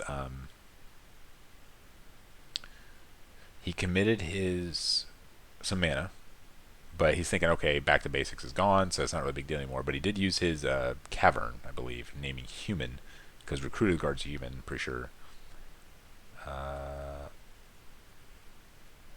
There are some core in his deck. There's a spirit. I don't know. I guess cavern's flexible. But he can't attack into my 4/4. So I can just buy time. And the longer this game goes, I think the more it favors me. Terminus is really good against his deck. And I don't think he has a good way to stop it. I mean, he can make me inefficiently use it with cards like Thalia. Jace number 2. Seems good. But what do I do with it here? Do I just brainstorm and block? Does he suicide his guys in to take Jace down? Is that even that bad? I have a lot of cards in my hand. So I do have 2 Terminus. So I put it like Terminus Portent. Seems okay. Putting back double Terminus is also okay. It's like kind of a Brainstorm lock, and I miss a land drop. And he puts in a General, but he has no cards in hand. Or he puts in a, I forget what it's called. Batterskull. So he already had Batterskull. Seems pretty good, so I guess that makes sense why he got Cauldra. Now, right now it's protect Jace at all costs. I don't know if it's if he sends everything at Jace, Jace will die. And then I have to decide how I want to do the Germ Token. Do I bother blocking since I'm at Terminus anyway? I don't know. Let's see how he attacks here. If Jace can survive. He doesn't know for sure I have Terminus, so he's keeping back his Skyclave. I think Young Prince is a 1/3, so if Germ goes at Jace, I'll make that trade all day. But it's definitely worth. It would definitely be worth still Terminusing, and he would have to invest mana into Batterskull. But I think he sent everything, so I just take out Stoneforge. So now I don't necessarily have to Terminus here, but it's already set up. But knowing I saw Brainstorm, so I could think, well, maybe I should wait. He puts Yorion in his hand, so I'm thinking, okay. I could just do it now. I can also try to get pure max value. I don't know that that's right. So let's see what I do. I have Terminus ready. I don't have to reveal it. So on my upkeep, he's going to tap my white source. Good play. Now I can't Terminus unless I do this. I don't know if it's correct, but it's what I do. So what's going to happen here, I'm going to set it. I put 2 cards back for Brainstorm, and I have to draw for my turn. We're still on my upkeep. So I'm like, okay, I need a card that I know I want to keep, put on top. If there's a card I don't want to keep, I could put it second, and I have a fetch land if I want to do that. So there's some options. But I also have to, assume a rebuild at some degree. So I'm going to get a 3/3 out of this exchange. And he can't rebuy Batterskull this turn, so that's nice. I do have to watch out for Yorion Karakas shenanigans. So hopefully I have Swords to Plowshares and I can catch him with his pants down, so to speak. Yorion, for some reason, it feels like a 6-drop, but it's 5-drop, right? I think. I'm not certain on that, but I think I've run into that. And I remember that way back in Standard with Olivia Voldaren. I think that's what it's called. Feels like a 5-drop, but it's a 4-drop. It's like those two cards always stood out to me. Just that feels to me, I guess. I don't know real reason to feel that way. Just when I look at the card, it seems like it would be a reasonable 5-mana card, and it's just like one undercosted from my perspective. So finds another basic plane. So, you know, back to basics is getting a little worse, but I think he only has 2 basic planes. So if I had another back to basics, it could be good. He ticked up his vial. Yorion is good with living weapons, so I understand that in the context of the Stoneforge package. But 80 cards, man. It is mitigated a little bit by cards like Charming Prince and Recruiter of the Guard. I don't know if it's enough. Maybe it is. I don't know. Like Yorion, Vial, Caracas, living weapon, rebuy. That is good. But like one sword Plowshares breaks that up. Okay, so he's gonna lock down white again. I'll just attack. He can afford to take it. His life total is decent. My game plan here is still just running out of cards.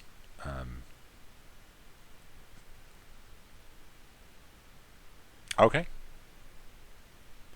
Alright, that's good. I don't have to worry about the shenanigans. He can only really do things once now until he finds another Skyclave. But he also upticked his vial, because he was probably trying to plan a Yorion Caracas rebuy, you know, in case I find Terminus.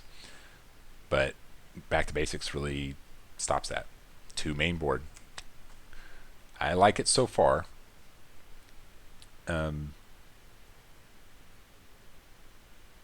So right now it's mostly just make him use his resources, let back to basics, you know, slow him down.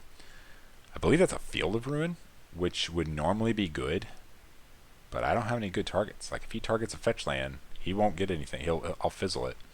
So as long as I do not play a target for Field of Ruin, he will not get his 3rd basic planes from it.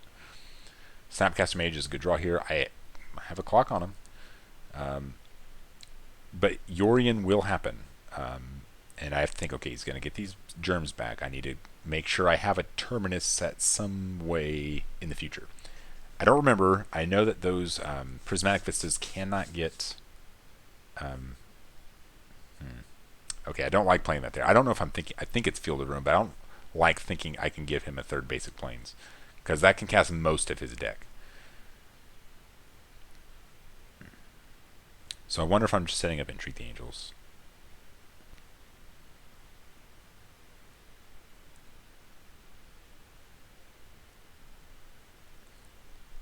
Okay, so we're doing the thing.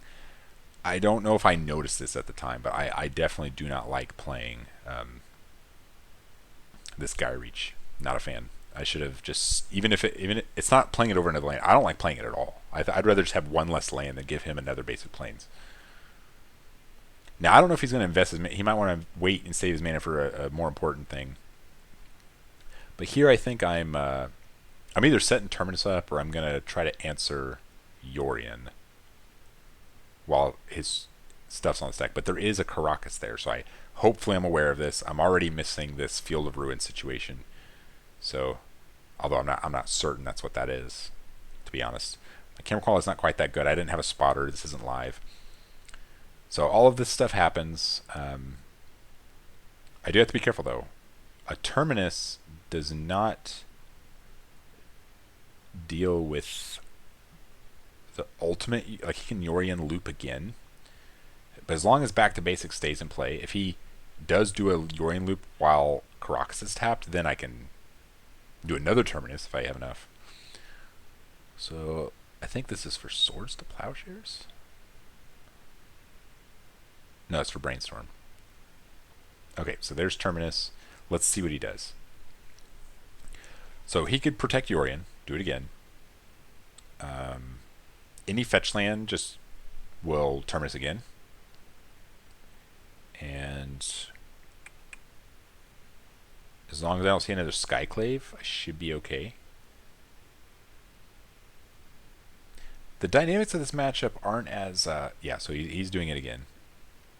So so he's responding to my fetch to cast the Terminus, and I fetch again. But I only have one basic planes. So here I cast Swords to Plowshares. I don't want him looping Yorion. I don't want to give him the situation where Yorion still exists in his hand. So I will not be able to cast the...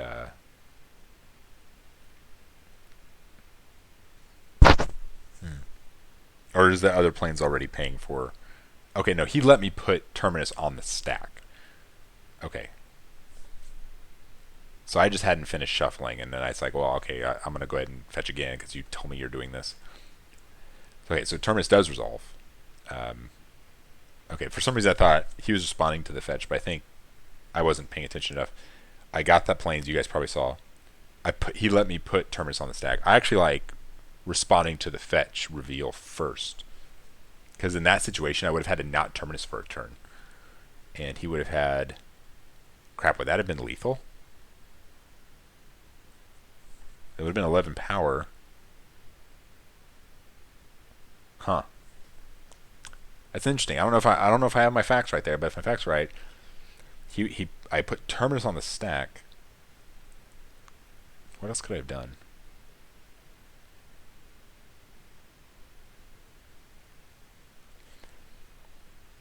So in that situation, maybe I just let him have Yorion and cast Terminus so I don't die. So that would be the correct thing. If I would have done it in a way... So I don't know if I would have done that. I should have done that. Maybe I would have. If I would have taken my time and looked and not rushed into the play. I think I was trying to bait him into that play and just deal with the Yorion when I could. Okay, finding source Plowshares is pretty strong here. I really don't like this Geier reach. I don't have a way to get rid of it. That's not true. I could play Deprive and put it back in my hand. Assuming he casts a spell. So it looks like he finds basic planes number 3 anyway. I'm not sure how many he plays in the deck. Hopefully he does not play more 5-drops. So now that Yorion's gone, this Vial's kind of useless. But most of his deck is 2 and 3 drops, I think. So not counting the equipment. Ooh. He really invested a lot to rebuy this this Batterskull, and I had the Force of Will, and I hardcast it. I like it. Okay, so Snapcaster's probably just buying a Ponder or something, right? Maybe a Predict. Yeah, just Ponder. I don't think I know the top of my library. So right now we're just trying to find a Jace. We're trying to find Narset and a Jace. What is that stack? Terminus, Polluted Delta, Brainstorm? I don't know. I can't tell for sure. Yeah, I would be okay shuffling that. I mean, I guess Brainstorm fetches a lot of cards too. Plus Terminus. But this Snapcaster beating him down from 22 is not really what I'm going to be able to do here. The question is, do I get Mystic Sanctuary or do I get Island? I get Island. Okay, so that's the last island. So those are all my basics. And there's only one more fetchable land. And it doesn't untap. But I'm digging for a Planeswalker. Nope, nope, nope. So I could set the Terminus up with a fetch if I haven't played a land, which I have. I played Polluted Delta. So I can do those things next turn, maybe. But as far as the back to bases is doing work, but it's not doing work in terms of spell casting. Because he can cast most of his spells. That's good. That's not a bad draw. You know, I can set him up for a long game. But he's still playing this game. I don't blame him. I'm at 8 life. I don't have a way to win the game. He can play most of his cards. Although he's probably almost never equipping this Cauldron Complete. Cauldron Complete? Whatever it's called. Okay, so I have Flooded Strand. That can find Mystic. That can shuffle. But it's the last one. That's the last shuffle. And that matters a little bit. Like, this game's getting grindy. It's taking a long time. Wishstone Port is probably just going to be mana, a one-time, like a Lotus Petal. I don't want to draw my top card. I think it's Terminus. Yeah, it's a tough choice. I'm sitting there, I'm like, man, this sucks. I've got all this mana, and I can't find a Planeswalker. I decide to one-shot my Geier Reach. I don't know the proper time. Nope, nope, that doesn't untap. That doesn't untap. I think I catch it. Oh man, I didn't catch it. So Geier Reach is not supposed to untap. Hopefully I don't activate it again, because that'd be bad. Yeah, yeah. Okay, I catch it. I was like, I hope I don't accidentally cheat here. All right, so I'm trying to think what else in his deck costs more than his equipment. I don't know what that is. It's definitely a proxy. Probably, I'm gonna guess either Recruit of the Guard, or it could be a sword.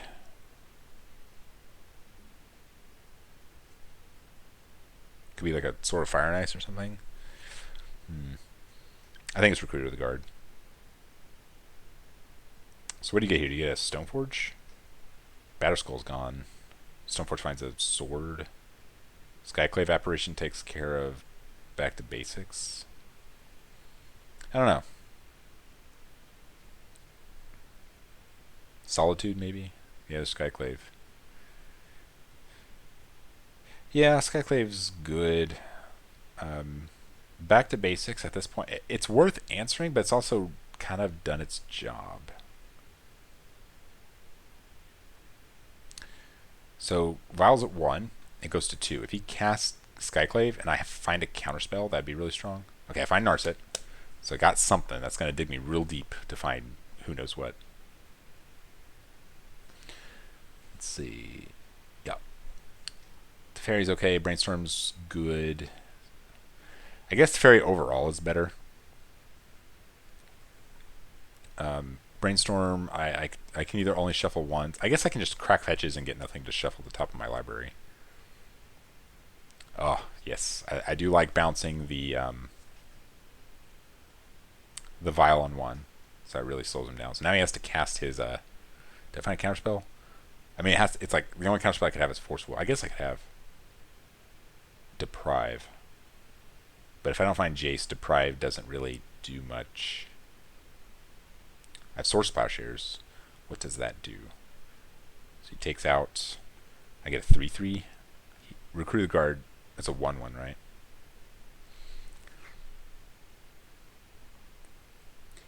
Yeah, I think he's trying to decide if he wants to cast this now.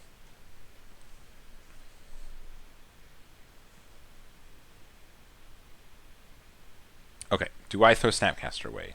I do not. I decide to Swords, protect him. Sure. I know he has Skyclave. It's a tight game. I think I'm a little ahead. 2 Planeswalkers. They are like not... They're not mythic level Planeswalkers. I mean, Teferi, it is a rare, but people treat it like mythic. But like, it's not going to generate so much advantage because the plus doesn't do much, and the sorcery speed doesn't do much in this match. Could take Narset out. What am I doing? Am I casting Brainstorm here? Oh, okay. I can put Force of Will on top.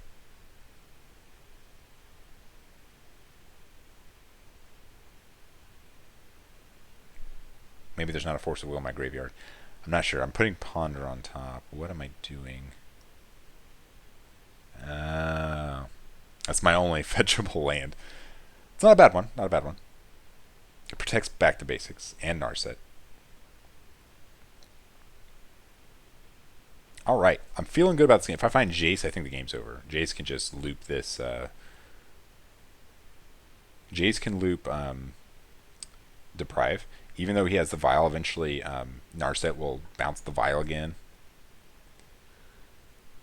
I'm getting close to a point where I could also bounce my own back to basics to unlock Geier Reach, but cards like Wasteland and Rich on Port, or not Rich on Port, but kind of Rich on Port, because you can make me tap it on my turn, which means you won't, the draw effect doesn't really stop because you can draw on each turn. But I think he has a Field of Ruin, so hopefully I don't think I do that.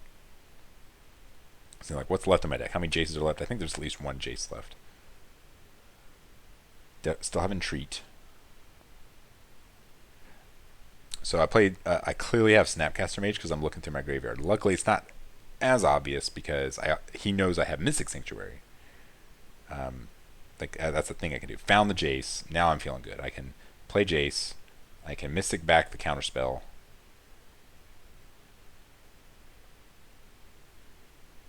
All right, feeling good. Jace just needs to find Entreat and a Force of Will. Nice. Okay, feeling pretty good. Now, Vial, as good as it is, it's going to take a few turns to tick up, and Teferi can tick up on parity. It's alright too, so this game, I think, is over. But it's not super duper obvious to my opponent. I think it's kind of obvious. But clock, that kind of matters. However, my opponent can win faster than me. So my opponent can go like creature, creature, attack, attack, stuff like that. If it comes down to like a fast game 3. And I'm just picking him away with this little Snapcaster Mage. Is that a Caracas? I think it is, and I think he has a Caracas tapped over there. I'm not certain. So one of them should die. Not going to affect the game very much, but to be technically correct, that's something that should happen, that we should both catch, but I don't know. Yeah, point at it. Like I said, it's not a big deal, but for some reason, back to basics is dealt with. And he untaps his mana, we're all missing, and he uses it. That could be a problem. So a lot of things are happening. It's easy to miss little things like keeping certain lands tapped. My back to basics or legend rules. What just happened? I cast Deprive on something. I didn't see what it was, but okay. So Flicker Wisp. What would Flicker Wisp do? Bounce his Cauldron? I guess that's worth countering. He was trying to bait me into something. Alright. Feeling good about this game. I find Terminus, obviously not going to cast that here. The cool thing about the Mystic Dispute loop, even with back to basics in play, it comes back to my hand and I play it untapped. That's really cool. I just need to find a freaking Entreat. Now, I can't meaningfully search my deck anymore with fetches because all my lands are in play. But Narset puts those top 4 on the bottom. That's kind of cool. So these fetch lands aren't the best draws anymore. Ponder. Ponder works. Ponder digs deeper to find the Entreat boy. I probably should just cast it here. Yeah, I should just cast it here, I think. Oh, no, I can cast it in step. Yeah. Alright. Teferi's cool. Not a whole lot of relevant commentary to do here, but I don't really want to skip because I might miss something important. So, I look at his lands. I think it's still worth keeping back to basics in play. I do have the Geier Reach lock, but with certain lands, it's not worth it. I'm doing fine as is. I'm probably I'm farther ahead now than I would be if I tried to do the Geier Reach cards out of your hand.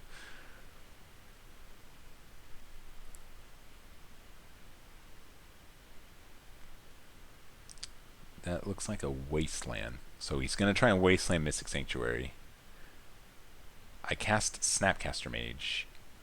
I can't counter Wasteland, but I can put a spell in the stack and deprive it, and I don't know if that's worth it, but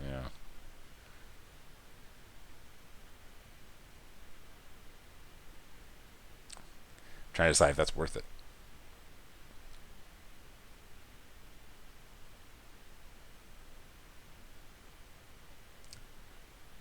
I'm really in the tank. I don't even know if that's worth it here. So I cast Ponder. Ooh. So I find Entreat. So that's informed. I can think to myself, do I want to cast something from the top and counter it to keep Deprive, or do I just want to Entreat and not worry about it? And that's what I decide. Because even if I return to my hand, I can't use that mana toward Entreat that turn. I should definitely be winning this game this turn. So 1, 2. How many angels? If I just tap out, should I tap out? Yeah. What's he gonna do? So That's a lot of angels. 1, 2, 3, 4, 5, 6 or 7 angels. Easily wins the game. I don't know what possible card he could have to deal with all of them, especially with 3 planes and 1 card in hand. But I guess I'm not getting too greedy, so I only make 3. There's really no reason to get that greedy, right? I saw the Deprive, yeah. There's no reason to get that greedy. Jace Brainstorms. Whew, a lot of counter spells. So I think I definitely put back Ponder, because I can't. I'm thinking, what cards do I want to pitch? Ponder can be pitched. Doesn't really matter. This game is over next turn, but I'll let my opponent take his draw step. He's really letting the time tick, which may be a good thing. I saw a Narset activation. Nice. I think it's worth taking a counterspell. So I don't like this, but I take Council's Judgment, which means I've revealed it. Almost certainly doesn't matter. It's not going to affect how he sideboards probably at all, or even how he mulligans or anything.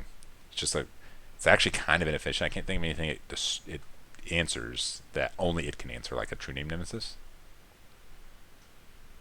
I don't even know what that is. I think it's a Mother of Runes. So I untap. I mean, Geier should be tapped, but I'm just going to tap draw attack. Yep.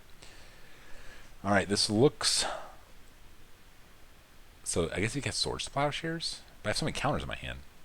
I would definitely counter a Swords to Plowshares on an Angel, even though in a grindy situation I wouldn't, because it's like inefficient. If it means this would win the game if this resolves, I'm referring to the counter spell, it's definitely worth it. But I think I win the game here. I'm going through some motions that just don't matter. So he vials in Recruiter of the Guard. Does that matter? Oh, he goes, yeah, he can go and get, he goes to get Solitude and invokes Solitude, and I deprive it. It's like, he knew I had Deprive. Okay, so I win game 1. Ooh, went too far. Okay, game number 2. We have turn 1 Vial into Island Pass. I don't know. I mean, I like having like a Portent there or a Ponder there, but let's think about what cards I bring in. I definitely bring in all the white cards. So I bring in Containment Priest isn't great, but it does stop Vial, and it's a creature that blocks and stuff. Court of Grace, Elspeth, and what's that? Palace Jailer. All of those are easy includes. Vendilion Click, I say I bring it in most games. I probably bring it in here because it just can trade with a creature, but since I'm cutting the Narsets, I don't know. Vendilion Click's and I don't know. I don't think I want, obviously, Hydroblast or Blue Elemental Blast. I don't want the... I don't want the... oh man, what's that card called? Surgical Extraction. I think I do want Disenchants, though. Disenchant takes out a lot of stuff. It takes out swords, takes out Batterskull, takes out these vials, so that's kind of worth it. But none of the cards in my deck are bad, just which ones are better than others. Narset's probably the worst. He doesn't draw cards. Spell Pierce isn't great, but it's also... Yeah, no, Spell Pierce is just not very good. So I probably got Spell Pierce. Force of Negation is okay, but not great. I think some of those sideboard cards are just better. Back to Basics is probably worth keeping, although he can answer it, so it's like, eh. I have played 0 spell. I think I haven't actually done anything than just play land. I haven't activated any abilities, haven't put mana in my mana pool. I've just taken 5 damage. That's all I've done. So what would we have here? Spirit of the Labyrinth, Stoneforge, Thalia. Spirit of the Labyrinth looks like. I cannot respond to this. So it's tempting to think when someone puts a card on the table that it's on the stack, but it's not. And I made this mistake in Modern where the guy vials for 3. I say, okay, which means it resolves. And I have a fetch land in play, and he puts an Aven Mind Sensor. I'm like, actually respond fetch. And I think he lets it happen, and then I'm like, wait, crap. So can't do that. I can fetch after the Ava Mind Scissors in play when I get priority back, but the Ava Mind Scissors it's not on the stack from Vial. It's on the battlefield. So don't let it get you. Okay, I'm flashing a Snapcaster Mage, which suggests my hand is bad. I just want to block. And he wants to protect Spirit of the Labyrinth, which is reasonable. But I think I'm just going to die here. Spirit of the Labyrinth's a 3-1, so it's got a reasonable clock. He's got a 3-1, a 5-5 Trampler, and a Brass Squire. But if I don't find Terminus like right now, I'm dead. Come on, Terminus. Oh, I think it might be Terminus or bust. So what could I do here? I could go Brainstorm Terminus, land Portent, or have another Brainstorm. Those are my options. And here's a question. Let's say I have just Brainstorm in my hand, nothing else. Do I Brainstorm now or do I Brainstorm on their turn? So if I Brainstorm now, I look 3 cards deep to find Terminus plus another way to draw a card. So whatever those odds are.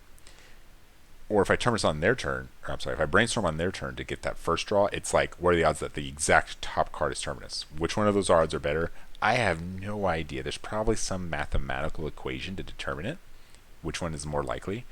But I can't possibly do that in my mind. So I lose. I don't even think I had it. Obviously, if I had, I would have at least tried one of the two.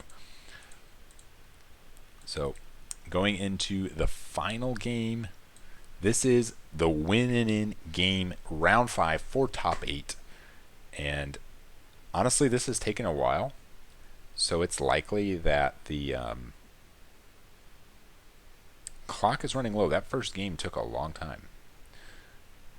I'm not sure how. I don't remember if I skipped much in it, but this is for all the marbles. Top 8, you know, I don't think anything outside top 8 gets anything. So the prizes went to the top 8 only. 9th place gets a honey bun. So at least yeah, because it's getting a 9th sucks. So they wanted to give some to 9th. But it wasn't like a huge tournament. It was just enough to get to play a top 8. We were playing for some not a small amount of cash. But I'm on the play game 3, so that's nice. Still nothing on turn 1. I see a Thalia in his hand, so that's going to be not the best. I think this is a Deafening Silence. So it says players can't play more than 1 non-creature spell each turn. What does that stop? I don't play that many non-creature spells multiple in a turn. It doesn't stop Snapcaster. But like late game, I guess it can kind of stop double spelling, like Planeswalker Brainstorm, something like that. If I had a Force of Will, I don't think I would fight over this. It's not that backbreaking.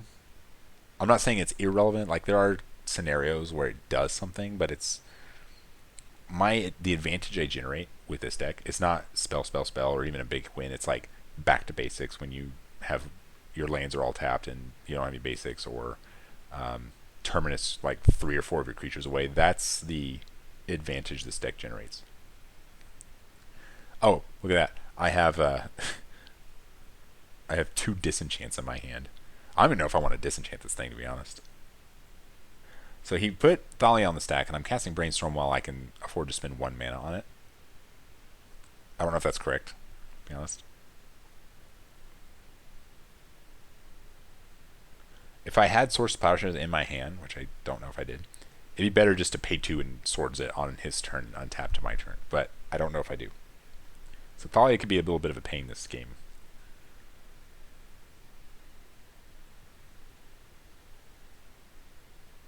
I'm trying to remember what happens. I hope I don't play the Snapcaster here. That's not going to work out.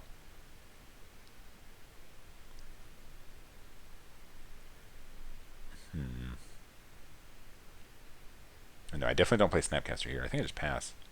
I think I saw him draw his card. So I'm representing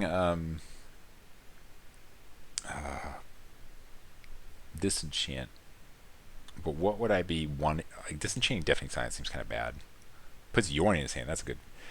I guess I do it. I do it to get it out of my hand and use my mana. I don't know if I was thinking of a line that I wanted to do that it would be prevented by that. Okay, so here I get. Okay, sweet. I remember. So here I have Plowshares, one of the best cards I could have here. So it kills his Thalia. I don't have to pay the tax. And I draw a card immediately. I remembered. So that's good. I feel good right now. Skyclave is fine. I'll still get to draw a card on my next turn. I hope I remember. I really don't. I think I missed some triggers at some point in either in this game or definitely in this tournament. Elspeth seems really strong here.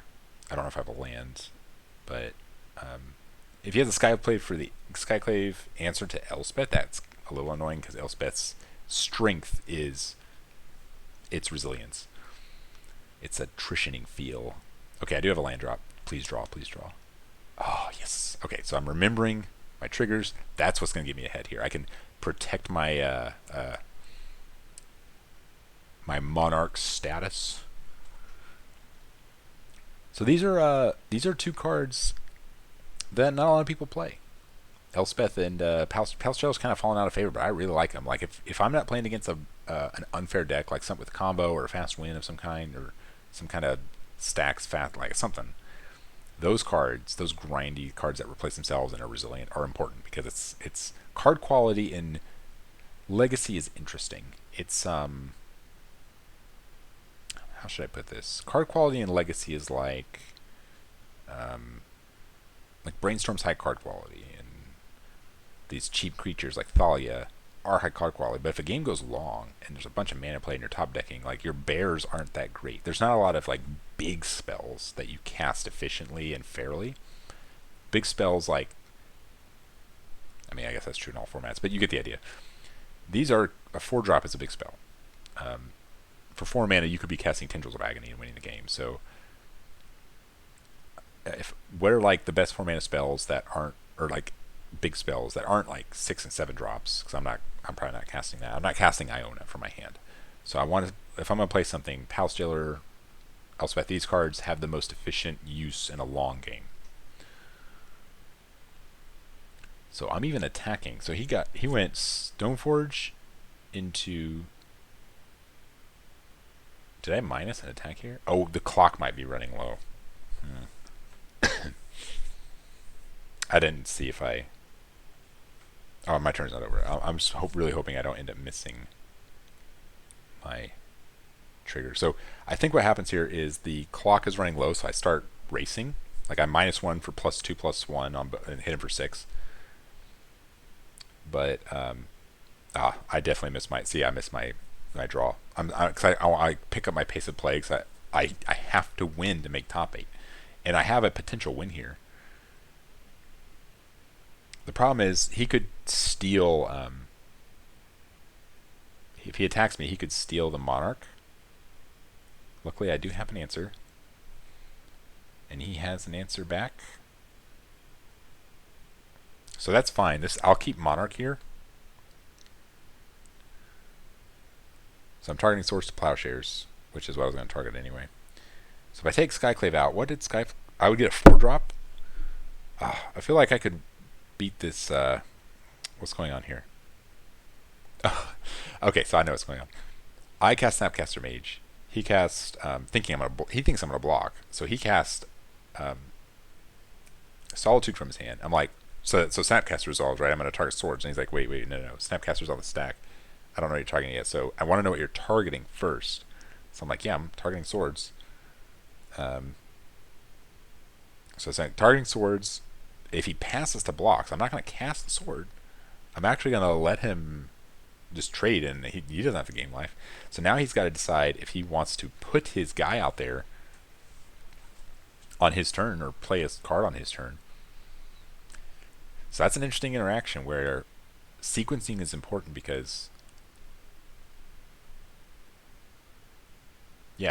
there's just no good sequence there for him. That's awkward. Now he has to use subtlety to stay, or a solitude to stay alive.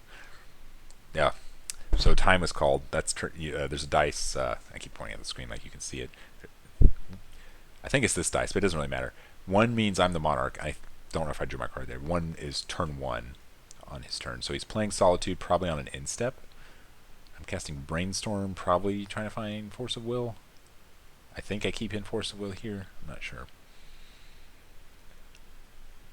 I definitely have the tools to win this game. He's got 1 card left, and I think it's Yorion. Solitude takes out my 4/4 token from Skyclave Apparition. I guess it's an apparition token, I don't know. But this, I think this Elspeth can just run away with the game. What do I'm about to cast Ponder, I think. I don't have to speed play as much because we are in turns, but I have to think. He's at 9. So how do I deal 9 damage over 3 turns? 3 of my turns?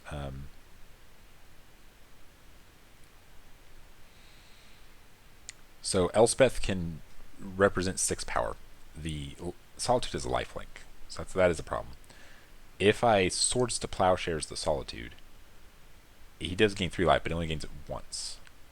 If he blocks a 3-powered token, that's kind of the same, but I lose the token, but Elspeth can come back and make more tokens. It's interesting.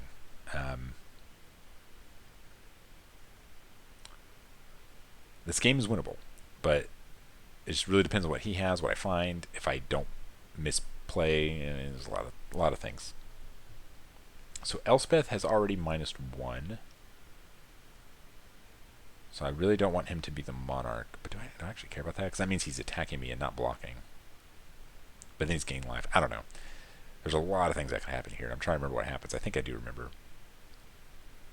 I don't want to spoil it.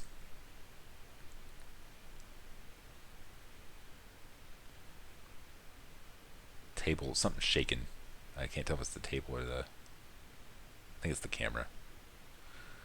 Well, anyway, so I cast Ponder. I just pass. I think I missed my draw step again. I don't know if that would have mattered. Maybe I mean, you definitely shouldn't be messing up.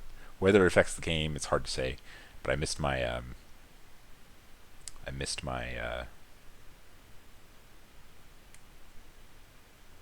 shoot, what's it called? My Monarch draw. It might be the second time I missed it. And we should probably be on turn 2 here. So I have Swords to Plowshares. I don't want to lose Monarch, even though I didn't draw my card. I guess I just don't want him drawing cards. Actually, he has a few cards in his hand. I thought he had 1. This is real tight. This is a winning into top 8. So this is like, even though precision matters. Actually, I don't have much of an excuse here because we're on turns. I think we're on turns. We're forgetting to move the die. So I give +6. We have another Solitude. Do I have an answer? Well, maybe if I was drawing my extra cards. So speed, if we're on turn, speed shouldn't be the problem here. Yeah, that's turn. So we are on turn. So I don't know if it's speed in my mind. I think it's I'm just making mistakes because I'm playing under high stakes. Mistakes, high stakes. I guess that rhymes. So right now, I just need to deal 9 damage. I'm sorry, actually I have to deal 12 damage. So I think I'm starting to realize I can't do it because I'm on turn 3. I only have 1 more turn. So there was no good out here. I can cast Elspeth again if I play land, but like, he's not dealing 19 damage to me. And I'm probably not dealing 12 damage to him. So I think we're just sitting here negotiating, and what happens is we both kind of realize, given that it's turn 3 of turns, neither of us can actually win this game. And if we draw, then yeah, we do play a few more turns, but if we draw, neither of us get top 8. So it's like, it's lose-lose for both of us. So I reveal my hand. We kind of discuss who would win the game, because maybe we're like, someone can offer a concession based on that. What ends up happening is it's an effective draw, because neither of us can actually formally win the game. But we do negotiate a bit, and we decide on how to split it, and we decide that I'll play the top 8, because we're kind of deciding whose deck would likely be a better performer in the top 8. Obviously, we both say me at the same time, but I convince him that with blue cards, I feel like I have the better opportunity. He eventually agrees, and I do play in the top 8. So that's going to be in a separate video because this one's going pretty long. Thanks for watching, and keep an eye out for the second video for the top 8.